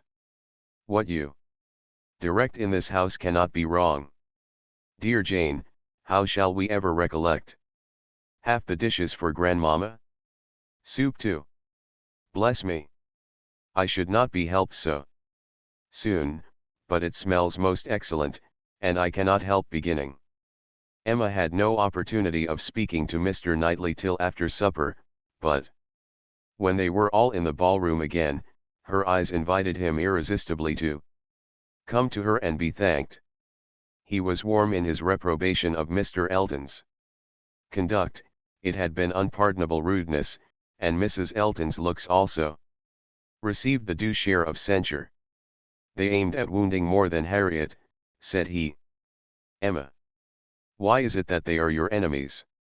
He looked with smiling penetration, and, on receiving no answer, added. She ought not to be angry with you, I suspect, whatever he may be to that surmise. You say nothing, of course, but confess, Emma, that you did want him to marry Harriet. I did, replied Emma, and they cannot forgive me. He shook his head, but there was a smile of indulgence with it, and he only said, I shall not scold you. I leave you to your own reflections. Can you trust me with such flatterers? Does my vain spirit ever tell me I am wrong? Not your vain spirit, but your serious spirit if one leads you wrong, I am sure the other tells you of it. I do own myself to have been completely mistaken in Mr. Elton. There is a littleness about him which you discovered, and which I did not, and I was fully convinced of his being in love with Harriet. It was through a series of strange blunders. And, in return for your acknowledging so much, I will do you the justice to say, that you would have chosen for him better than he has chosen for himself. Harriet Smith has some first-rate qualities, which Mrs. Elton is totally without. An unpretending, single-minded, artless girl infinitely to be preferred by any man of sense and taste to such a woman as Mrs. Elton. I found Harriet more conversable than I expected. Emma was extremely gratified. They were interrupted by the bustle of Mr. Weston calling on everybody to begin dancing again. Come Miss Woodhouse, Miss Otway, Miss Fairfax, what are you all doing? Come Emma, set your companions the example. Everybody is lazy. Everybody is asleep. I am ready, said Emma, whenever I am wanted. Whom are you going to dance with? Asked Mr. Knightley. She hesitated a moment, and then replied, with you, if you will ask me. Will you? Said he, offering his hand. Indeed I will. You have shown that you can dance, and you know we are not really so much brother and sister as to make it at all improper. Brother and sister, no, indeed. Chapter 3. This little explanation with Mr. Knightley gave Emma considerable pleasure. It was one of the agreeable recollections of the ball, which she walked about the lawn the next morning to enjoy. She was extremely glad that they had come to so good an understanding respecting the Eltons, and that their opinions of both husband and wife were so much alike, and his praise of Harriet, his concession in her favor, was peculiarly gratifying. The impertinence of the Eltons, which for a few minutes had threatened to ruin the rest of her evening, had been the occasion of some of its highest satisfactions, and she looked forward to another happy result, the cure of Harriet's infatuation from Harriet's manner of speaking of the circumstance. Before they quitted the ballroom, she had strong hopes. It seemed as if her eyes were suddenly opened, and she were enabled to see that Mr. Elton was not the superior creature she had believed him. The fever was over, and Emma could harbor little fear of the pulse being quickened again by injurious courtesy. She depended on the evil feelings of the Eltons for supplying all the discipline of pointed neglect that could be farther requisite. Harriet rational, Frank Churchill not too much in love, and Mr. Knightley not wanting to quarrel with her. How very happy a summer must be before her. She was not to see Frank Churchill this morning. He had told her that he could not allow himself the pleasure of stopping at Hartfield, as he was to be at home by the middle of the day. She did not regret it. Having arranged all these matters, looked them through, and put them all to rights, she was just turning to the house with spirits freshened up for the demands of the two little boys, as well as of their grandpapa, when the great iron sweep gate opened, and two persons entered whom she had never less expected to see together. Frank Churchill, with Harriet leaning on his arm. Actually Harriet, a moment sufficed to convince her that something extraordinary had happened. Harriet looked white and frightened, and he was trying to cheer her. The iron gates and the front door were not 20 yards asunder. They were all three soon in the hall, and Harriet, immediately sinking into a chair, fainted away. A young lady who faints, must be recovered, questions must be answered, and surprises be explained. Such events are very interesting, but the suspense of them cannot last long. A few minutes made Emma acquainted with the whole. Miss Smith, and Miss Bickerton, another parlour boarder at Mrs. Goddard's, who had been also at the ball, had walked out together, and taken a road, the Richmond Road, which, though apparently public enough for safety, had led them into alarm about half a mile beyond Highbury. Making a sudden turn, and deeply shaded by elms on each side, it became for a considerable stretch very retired, and when the young ladies had advanced some way into it, they had suddenly perceived at a small distance before them, on a broader patch of greensward by the side, a party of gypsies. A child on the watch came towards them to beg, and Miss Bickerton, excessively frightened, gave a great scream, and calling on Harriet to follow her, ran up a steep bank, cleared a slight hedge at the top, and made the best of her way by a short cut back to Highbury. But poor Harriet could not follow. She had suffered very much from cramp after dancing, and her first attempt to mount the bank brought on such a return of it as made her absolutely powerless, and in this state, and exceedingly terrified, she had been obliged to remain.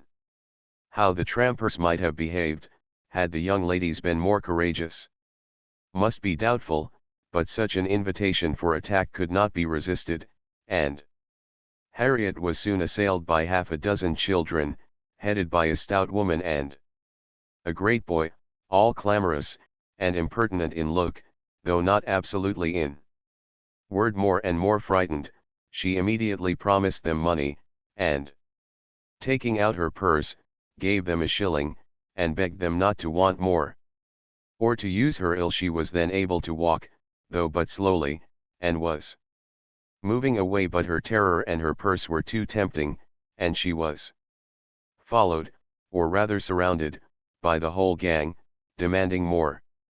In this state Frank Churchill had found her, she trembling and conditioning. They loud and insolent. By a most fortunate chance his leaving Highbury had been delayed so as to bring him to her assistance at this critical moment.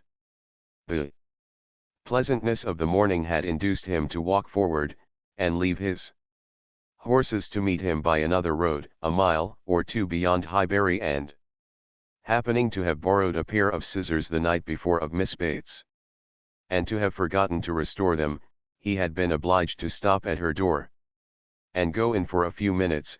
He was therefore later than he had intended, and, being on foot, was unseen by the whole party till almost close to them. The terror which the woman and boy had been creating in Harriet was then their own portion. He had left them completely frightened, and Harriet eagerly clinging to him, and hardly able to speak, had just strength enough to reach Hartfield before her spirits were quite overcome. It was his idea to bring her to Hartfield, he had thought of no other place. This was the amount of the whole story of his communication and of Harriet's. As soon as she had recovered her senses and speech, he dared not stay longer than to see her well. These several delays left him not another minute to lose, and Emma engaging to give assurance of her safety to Mrs. Goddard, and notice of there being such a set of people in the neighborhood to Mr. Knightley, he set off, with all the grateful blessings that she could utter for her friend and herself. Such an adventure as this, a fine young man and a lovely young woman, thrown together in such a way, could hardly fail of suggesting certain ideas to the coldest heart and the steadiest brain. So Emma thought, at least. Could a linguist, could a grammarian, could even a mathematician have seen what she did, have witnessed their appearance together, and heard their history of it, without feeling that circumstances had been at work to make them peculiarly interesting to each other, how much more must an imaginist, like herself, be on fire with speculation and foresight, especially with such a groundwork of anticipation as her mind had already made. It was a very extraordinary thing.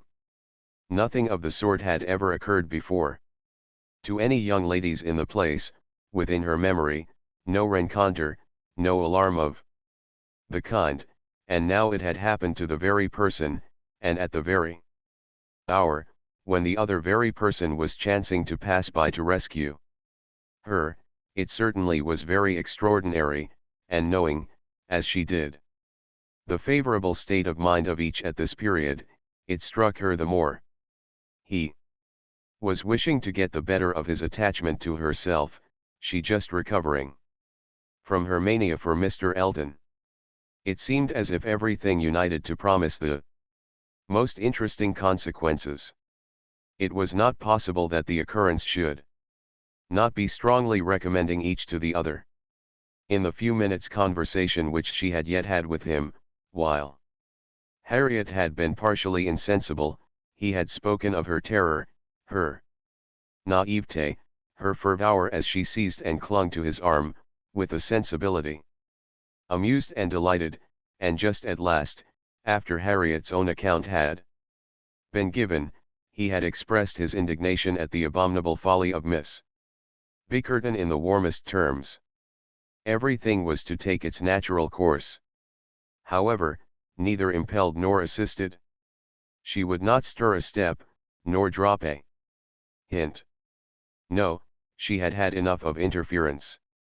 There could be no harm in a scheme, a mere passive scheme. It was no more than a wish. Beyond it she would on no account proceed. Emma's first resolution was to keep her father from the knowledge of what had passed, aware of the anxiety and alarm it would occasion, but she soon felt that concealment must be impossible. Within half an hour it was known all over Highbury. It was the very event to engage those who talk most, the young and the low, and all the youth and servants in the place were soon in the happiness of frightful news. The last night's ball seemed lost in the gypsies. Poor Mr. Woodhouse trembled as he sat, and, as Emma had foreseen, would scarcely be satisfied without their promising never to go beyond the shrubbery again.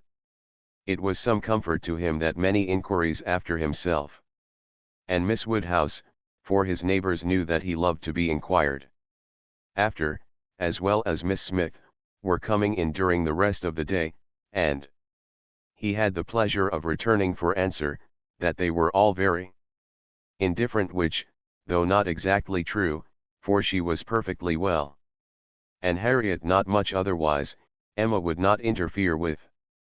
She had an unhappy state of health in general for the child of such a man, for she hardly knew what indisposition was, and if he did not invent illnesses for her, she could make no figure in a message. The gypsies did not wait for the operations of justice, they took themselves off in a hurry. The young ladies of Highbury might have walked again in safety before their panic began, and the whole history dwindled soon into a matter of little importance, but to Emma and her nephews in her imagination it maintained its ground, and Henry and John were still asking every day for the story of Harriet and the gypsies, and still tenaciously setting her right if she varied in the slightest particular from the original recital. Chapter 4. A very few days had passed after this adventure, when Harriet came one morning to Emma with a small parcel in her hand, and after sitting down and hesitating, thus began. Miss Woodhouse, if you are at leisure, I have something that I should like to tell you, a sort of confession to make, and then, you know, it will be over. Emma was a good deal surprised, but begged her to speak. There was a seriousness in Harriet's manner which prepared her, quite as much as her words, for something more than ordinary. "It is my duty, and I am sure it is my wish," she continued, "to have no reserves with you on this subject. As I am happily quite an altered creature in one respect, it is very fit that you should have the satisfaction of knowing it. I do not want to say more than is necessary. I am too much ashamed of having given way as I have done, and I dare say you understand me." "Yes," said Emma, "I hope I do." "How I could so long a time be fancying myself," cried Harriet warmly. "It seems like madness. I can see nothing at all extraordinary in him now. I do not care whether I meet him or not, except that of the two I had rather not see him, and indeed I would go any distance round to avoid him. But I do not envy his wife in the least. I neither admire her nor envy her, as I have done. She is very charming, I dare say, and all that. But I think her very ill-tempered and disagreeable. I shall never forget her look the other night. However, I assure you, Miss Woodhouse, I wish her no evil. No, let them be ever so happy together, it will not give me another moment's pang, and to convince you that I have been speaking truth, I am now going to destroy what I ought to have destroyed long ago, what I ought never to have kept. I know that very well," blushing as she spoke. However, now I will destroy it all, and it is my particular wish to do it in your presence, that you may see how rational I am grown. "Cannot you guess what this parcel holds?" said she, with a conscious look. "Not the least in the world. Did he ever give you anything?" "No, I cannot call them gifts, but they are things that I have valued very much." She held the parcel towards her, and Emma read the words "most precious treasures" on the top. Her curiosity was greatly excited. Harriet unfolded the parcel, and she looked on with impatience. Within abundance of silver paper was a pretty little Tunbridge ware box, which Harriet opened. It was well lined with the softest cotton, but, excepting the cotton, Emma saw only a small piece of court plaister. "Now," said Harriet, "you must recollect." "No, indeed I do not." "Dear me! I should not have thought it possible you could forget what passed in this very room about court plaister. One of the very last times we ever met in it, it was but a very few days before I had my sore throat, just before Mr. and Mrs. John Knightley came, I think the very evening. Do not you remember his cutting his finger with your new penknife, and your recommending court plaister, but, as you had none about you, and knew I had, you desired me to supply him, and so I took mine out and cut him a piece, but it was a great deal too large, and he cut it smaller, and kept playing some time with what was left, before he gave it back to me. And so then, in my nonsense, I could not help making a treasure of it, so I put it by never to be used, and looked at it now and then as a great treat." "My dearest Harriet," cried Emma, putting her hand before her face, and jumping up, "you make me more ashamed of myself than I can bear. Remember it?" I remember it all now, all, except your saving this relic. I knew nothing of that till this moment, but the cutting the finger, and my recommending court plaister, and saying I had none about me. Oh, my sins, and I had plenty all the while in my pocket. One of my senseless tricks. I deserve to be under a continual blush all the rest of my life. Well, sitting down again, go on. What else? And had you really some at hand yourself? I am sure I never suspected it, you did it so naturally." And so you actually put this piece of court plaister by for his sake, said Emma, recovering from her state of shame and feeling divided between wonder and amusement. And secretly she added to herself, Lord bless me! When should I ever have thought of putting by in cotton a piece of court plaister that Frank Churchill had been pulling about? I never was equal to this.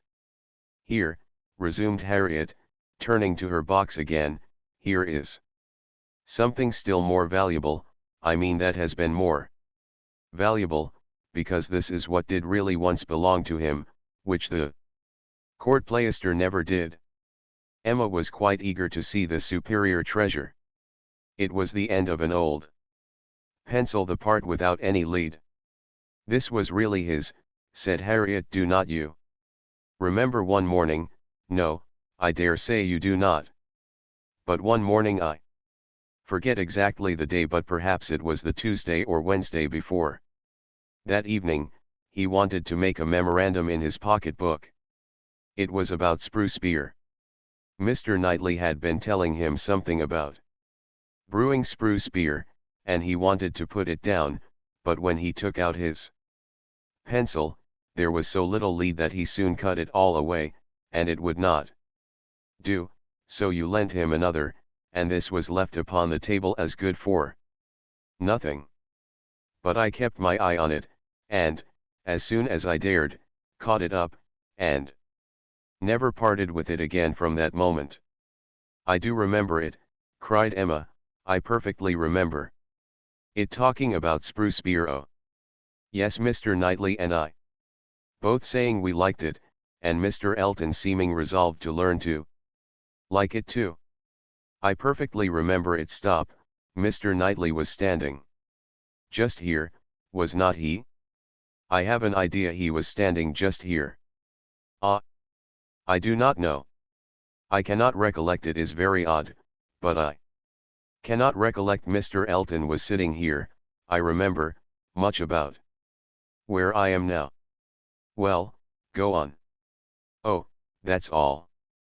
I have nothing more to shew you, or to say, except that I am now going to throw them both behind the fire, and I wish you to see me do it.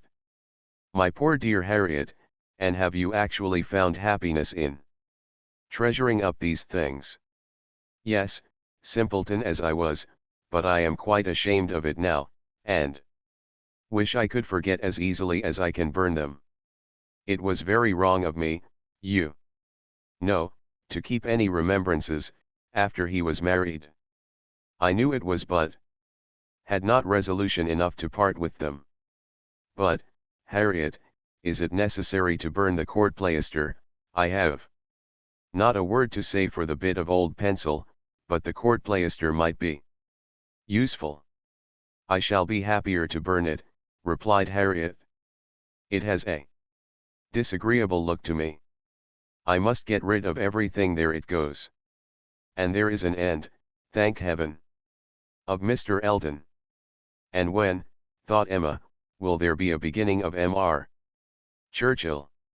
She had soon afterwards reason to believe that the beginning was already made, and could not but hope that the gipsy, though she had told no fortune, might be proved to have made Harriet's. About a fortnight after the alarm, they came to a sufficient explanation, and quite undesignedly. Emma was not thinking of it at the moment, which made the information she received more valuable. She merely said, in the course of some trivial chat, well, Harriet, whenever you marry I would advise you to do so, and thought no more of it, till after a minute's silence she heard Harriet say in a very serious tone, I shall never marry. Emma then looked up, and immediately saw how it was, and after a moment's debate, as to whether it should pass unnoticed or not, replied, never marry. This is a new resolution. It is one that I shall never change, however. After another short hesitation, I hope it does not proceed from I hope it is not in compliment to Mr. Elton. Mr. Elton indeed, cried Harriet indignantly. Oh, No, and Emma could just catch the words, so superior to Mr. Elton. She then took a longer time for consideration. Should she proceed no farther, should she let it pass, and seem to suspect nothing? Perhaps Harriet might think her cold or angry if she did, or perhaps if she were totally silent, it might only drive Harriet into asking her to hear too much, and against anything like such an unreserve as had been such an open and frequent discussion of hopes and chances. She was perfectly resolved. She believed it would be wiser for her to say and no at once. All that she meant to say and no. Plain dealing was always best. She had previously determined how far she would proceed, on any application of the sort, and it would be safer for both, to have the judicious law of her own brain laid down. With speed she was decided, and thus spoke. Harriet, I will not affect to be in doubt of your meaning. Your resolution, or rather your expectation of never marrying, results from an idea that the person whom you might prefer, would be too greatly your superior in situation to think of you. Is not it so? Oh, Miss Woodhouse, believe me, I have not the presumption to suppose. Indeed I am not so mad, but it is a pleasure to me to admire him at a distance, and to think of his infinite superiority to all the rest of the world, with the gratitude, wonder, and veneration, which are so proper, in me especially. I am not at all surprised at you, Harriet. The service he rendered you was enough to warm your heart. Service, oh, it was such an inexpressible obligation, the very recollection of it, and all that I felt at the time when I saw him coming, his noble look and my wretchedness before such a change. In one moment such a change. From perfect misery to perfect happiness. It is very natural. It is natural, and it is honorable, yes. Honorable, I think, to choose so well and so gratefully, but that it will be a fortunate preference is more than I can promise. I do not advise you to give way to it, Harriet. I do not by any means engage for its being returned. Consider what you are about. Perhaps it will be wisest in you to check your feelings while you can. At any rate do not let them carry you far, unless you are persuaded of his liking you. Be observant of him. Let his behavior be the guide of your sensations.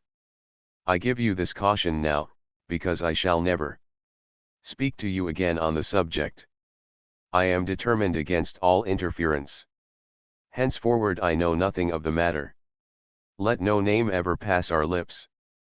We were very wrong before, we will be cautious now. He is your superior, no doubt, and there do seem objections and obstacles of a very serious nature, but yet, Harriet, more wonderful things have taken place. There have been matches of greater disparity. But take care of yourself. I would not have you too sanguine, though, however it may end, be assured your raising your thoughts to him is a mark of good taste which I shall always know how to value. Harriet kissed her hand in silent and submissive gratitude. Emma was very decided in thinking such an attachment no bad thing for her friend. Its tendency would be to raise and refine her mind, and it must be saving her from the danger of degradation. Chapter V. In this state of schemes and hopes and connivance, June opened upon Hartfield. To Highbury in general it brought no material change. The Eltons were still talking of a visit from the Sucklings, and of the use to be made of their barouche landau, and Jane Fairfax was still at her grandmother's. And as the return of the Campbells from Ireland was again delayed, and August, instead of midsummer, fixed for it, she was likely to remain there full 2 months longer, provided at least she were able to defeat Mrs. Elton's activity in her service, and save herself from being hurried into a delightful Situation against her will. Mr. Knightley, who, for some reason best known to himself, had certainly taken an early dislike to Frank Churchill, was only growing to dislike him more. He began to suspect him of some double-dealing in his pursuit of Emma. That Emma was his object appeared indisputable. Everything declared it, his own attentions, his father's hints, his mother-in-law's guarded silence, it was all in unison, words, conduct, discretion, and indiscretion told the same story. But while so many were devoting him to Emma, and Emma herself making him over to Harriet, Mr. Knightley began to suspect him of some inclination to trifle with Jane Fairfax. He could not understand it, but there were symptoms of intelligence between them, he thought so, at least symptoms of admiration on his side, which, having once observed, he could not persuade himself to think entirely void of meaning, however he might wish to escape any of Emma's errors of imagination. She was not present when the suspicion first arose. He was dining with the Randalls family and Jane, at the Eltons, and he had seen a look, more than a single look, at Miss Fairfax, which, from the admirer of Miss Woodhouse, seemed somewhat out of place. When he was again in their company, he could not help remembering what he had seen, nor could he avoid observations which, unless it were like Cooper and his fire at twilight, myself creating what I saw, brought him yet stronger suspicion of there being a something of private liking, of private understanding even, between Frank Churchill and Jane. He had walked up one day after dinner, as he very often did, to spend his evening at Hartfield. Emma and Harriet were going to walk, he joined them, and, on returning, they fell in with a larger party, who, like themselves, judged it wisest to take their exercise early, as the weather threatened rain. Mr. and Mrs. Weston and their son, Miss Bates, and her niece, who had accidentally met. They all united, and, on reaching Hartfield gates, Emma, who knew it was exactly the sort of visiting that would be welcome to her father, pressed them all to go in and drink tea with him. The Randalls party agreed to it immediately, and after a pretty long speech from Miss Bates, which few persons listened to, she also found it possible to accept dear Miss Woodhouse's most obliging invitation. As they were turning into the grounds, Mr. Perry passed by on horseback. The gentleman spoke of his horse. "By the by," said Frank Churchill to Mrs. Weston presently, "what became of Mr. Perry's plan of setting up his carriage?" Mrs. Weston looked surprised, and said, "I did not know that he ever had any such plan." "Nay, I had it from you. You wrote me word of it 3 months ago." "Me, impossible." "Indeed you did. I remember it perfectly. You mentioned it as what was certainly to be very soon." Mrs. Perry had told somebody, and was extremely happy about it. It was owing to her persuasion, as she thought his being out in bad weather did him a great deal of harm. You must remember it. Now, upon my word, I never heard of it till this moment. Never, really, never. Bless me, how could it be? Then I must have dreamt it, but I was completely persuaded. Miss Smith, you walk as if you were tired. You will not be sorry to find yourself at home." "What is this, what is this?" cried Mr. Weston, "about Perry and a carriage? Is Perry going to set up his carriage, Frank? I am glad. He can afford it? You had it from himself, had you?" "No, sir," replied his son, laughing, "I seem to have had it from nobody. Very odd. I really was persuaded of Mrs. Weston's having mentioned it in one of her letters to Enscombe, many weeks ago, with all these particulars, but as she declares she never heard A syllable of it before, of course it must have been a dream. I am a great dreamer. I dream of everybody at Highbury when I am away, and when I have gone through my particular friends, then I begin dreaming of Mr. and Mrs. Perry. It is odd though, observed his father, that you should have had such a regular connected dream about people whom it was not very likely you should be thinking of at Enscombe.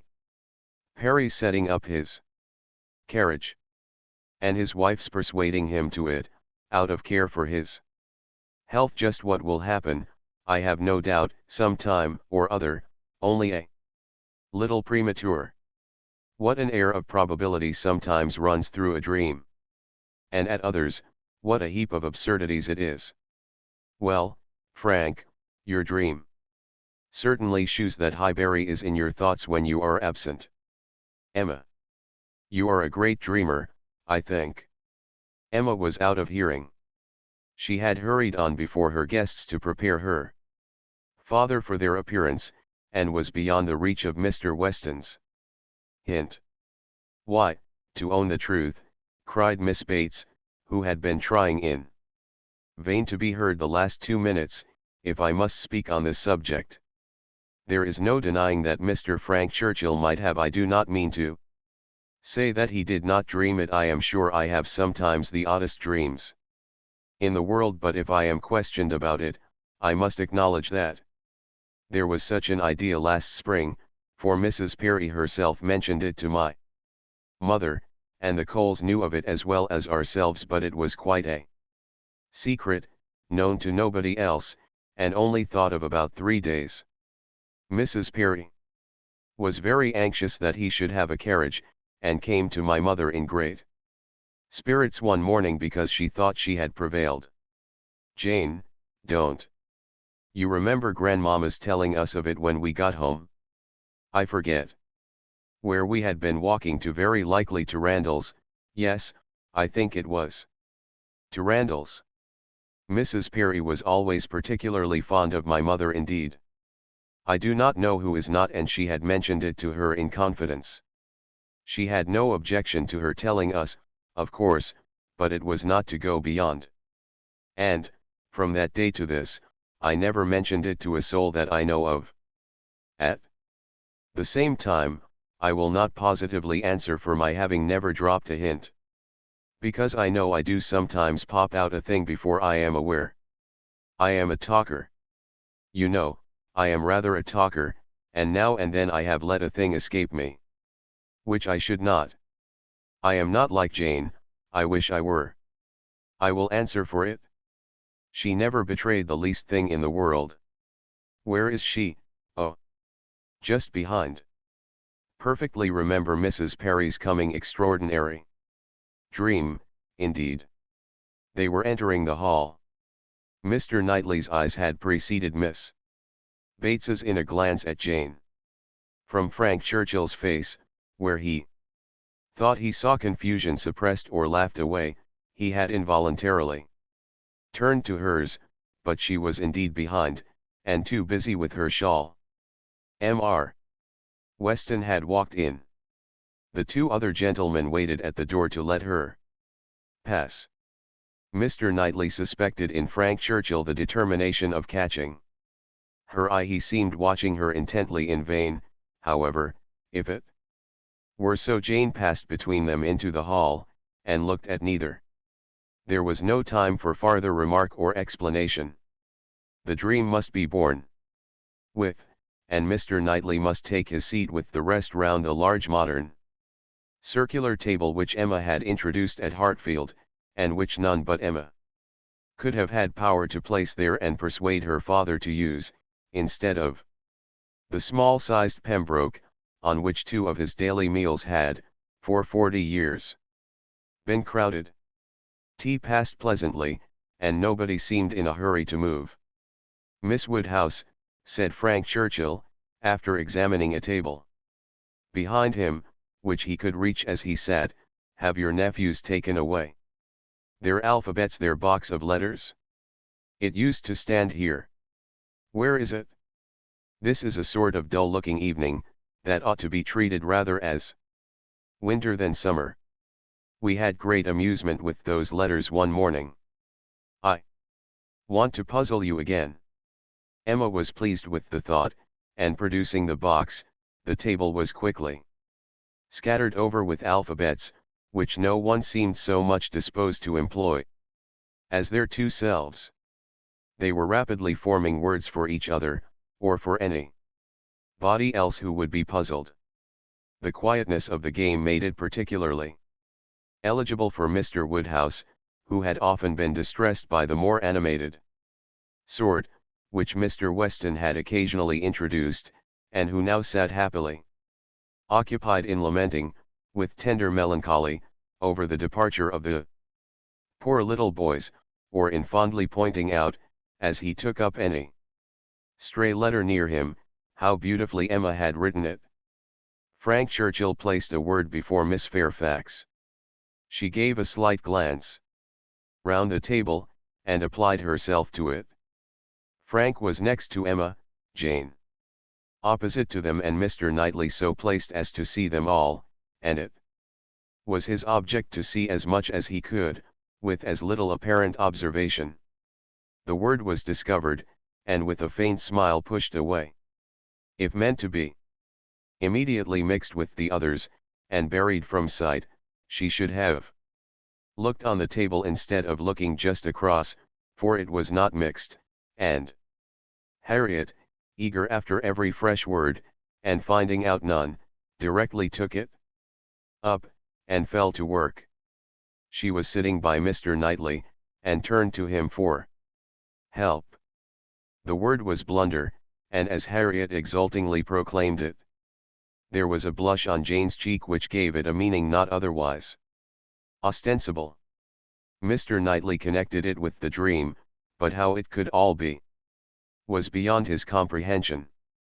How the delicacy, the discretion of his favourite could have been so lain asleep. He feared there must be some decided involvement. Disingenuousness and double-dealing seemed to meet him at every turn. These letters were but the vehicle for gallantry and trick. It was a child's play, chosen to conceal a deeper game on Frank Churchill's part. With great indignation did he continue to observe him, with great alarm and distrust, to observe also his two blinded companions. He saw a short word prepared for Emma, and given to her with a look sly and demure. He saw that Emma had soon made it out, and found it highly entertaining, though it was something which she judged it proper to appear to censure, for she said, "Nonsense, for shame." He heard Frank Churchill next say, with a glance towards Jane, "I will give it to her, shall I?" And as clearly heard Emma opposing it with eager laughing warmth. "No, no, you must not, you shall not, indeed." It was done, however. This gallant young man, who seemed to love without feeling, and to recommend himself without complaisance, directly handed over the word to Miss Fairfax, and with a particular degree of sedate civility entreated her to study it. Mr. Knightley's excessive curiosity to know what this word might be, made him seize every possible moment for darting his eye towards it, and it was not long before he saw it to be Dixon.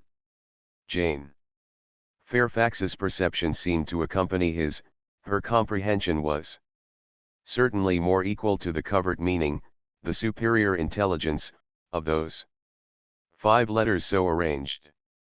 She was evidently displeased, looked up, and seeing herself watched, blushed more deeply than he had ever perceived her, and saying only, "I did not know that proper names were allowed," pushed away the letters with even an angry spirit, and looked resolved to be engaged by no other word that could be offered.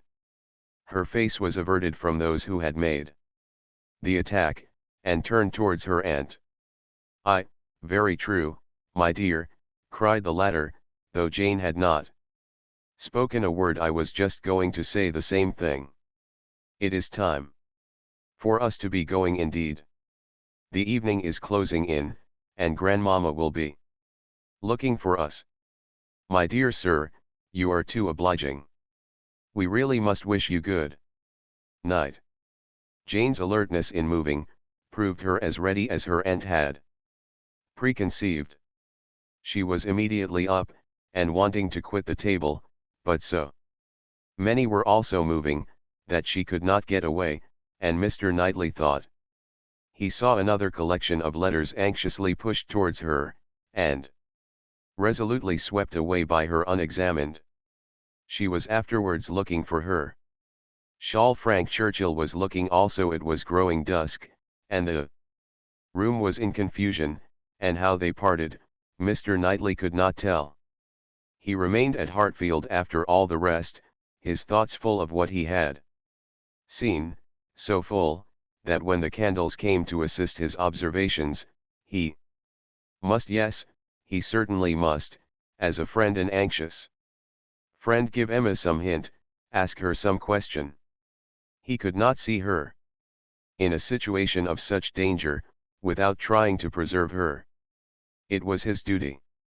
Pray, Emma, said he, may I ask in what lay the great amusement, the poignant sting of the last word given to you and Miss Fairfax? I saw the word, and am curious to know how it could be so very entertaining to the one, and so very distressing to the other. Emma was extremely confused. She could not endure to give him the true explanation, for though her suspicions were by no means removed, she was really ashamed of having ever imparted them. Oh, she cried in evident embarrassment, it all meant nothing, a mere joke among ourselves. The joke, he replied gravely, seemed confined to you and Mr. Churchill. He had hoped she would speak again, but she did not. She would rather busy herself about anything than speak. He sat a little while in doubt. A variety of evils crossed his mind. Interference, fruitless interference. Emma's confusion, and the acknowledged intimacy, seemed to declare her affection engaged. Yet he would speak. He owed it to her, to risk anything that might be involved in an unwelcome interference, rather than her welfare. To encounter anything, rather than the remembrance of neglect in such a cause. My dear Emma, said he at last, with earnest kindness, do you think you perfectly understand the degree of acquaintance between the gentleman and lady we have been speaking of? Between Mr. Frank Churchill and Miss Fairfax? Oh, yes. Perfectly. Why do you make a doubt of it? Have you never at any time had reason to think that he admired her, or that she admired him? Never, never, she cried with a most open eagerness. Never, for the 20th part of a moment, did such an idea occur to me. And how could it possibly come into your head? I have lately imagined that I saw symptoms of attachment between them, certain expressive looks, which I did not believe meant to be public. Oh, you amuse me excessively. I am delighted to find that you can vouchsafe to let your imagination wander, but it will not do. Very sorry to check you in your first essay, but indeed it will not do. There is no admiration between them, I do assure you, and the appearances which have caught you, have arisen from some peculiar circumstances, feelings rather of a totally different nature. It is impossible exactly to explain. There is a good deal of nonsense in it, but the part which is capable of being communicated, which is sense, is, that they are as far from any attachment or admiration for one another, as any two beings in the world can be. That is, I presume it to be so on her side, and I can answer for its being so on his. I will answer for the gentleman's indifference. She spoke with a confidence which staggered, with a satisfaction which silenced Mr. Knightley. She was in gay spirits, and would have prolonged the conversation, wanting to hear the particulars of his suspicions, every look described, and all the wheres and hows of a circumstance which highly entertained her, but his gaiety did not meet hers. He found he could not be useful, and his feelings were too much irritated for talking.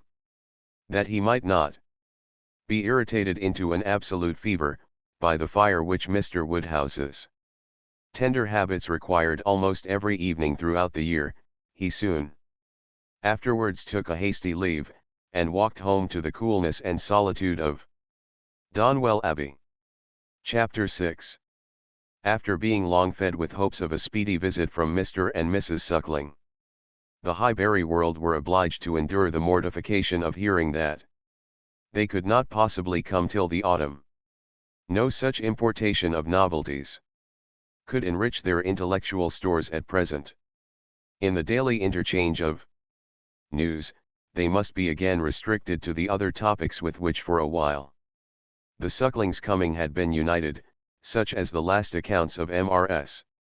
Churchill, whose health seemed every day to supply a different report, and the situation of Mrs. Weston, whose happiness it was to be hoped might eventually be as much increased by the arrival of a child, as that of all her neighbors was by the approach of it. Mrs. Elton was very much disappointed. It was the delay of a great deal of pleasure and parade. Her introductions and recommendations must all wait, and every projected party be still only talked of. So she thought at first, but a little consideration convinced her that everything need not be put off. Why should not they explore to Box Hill, though the Sucklings did not come? They were again with them in the autumn.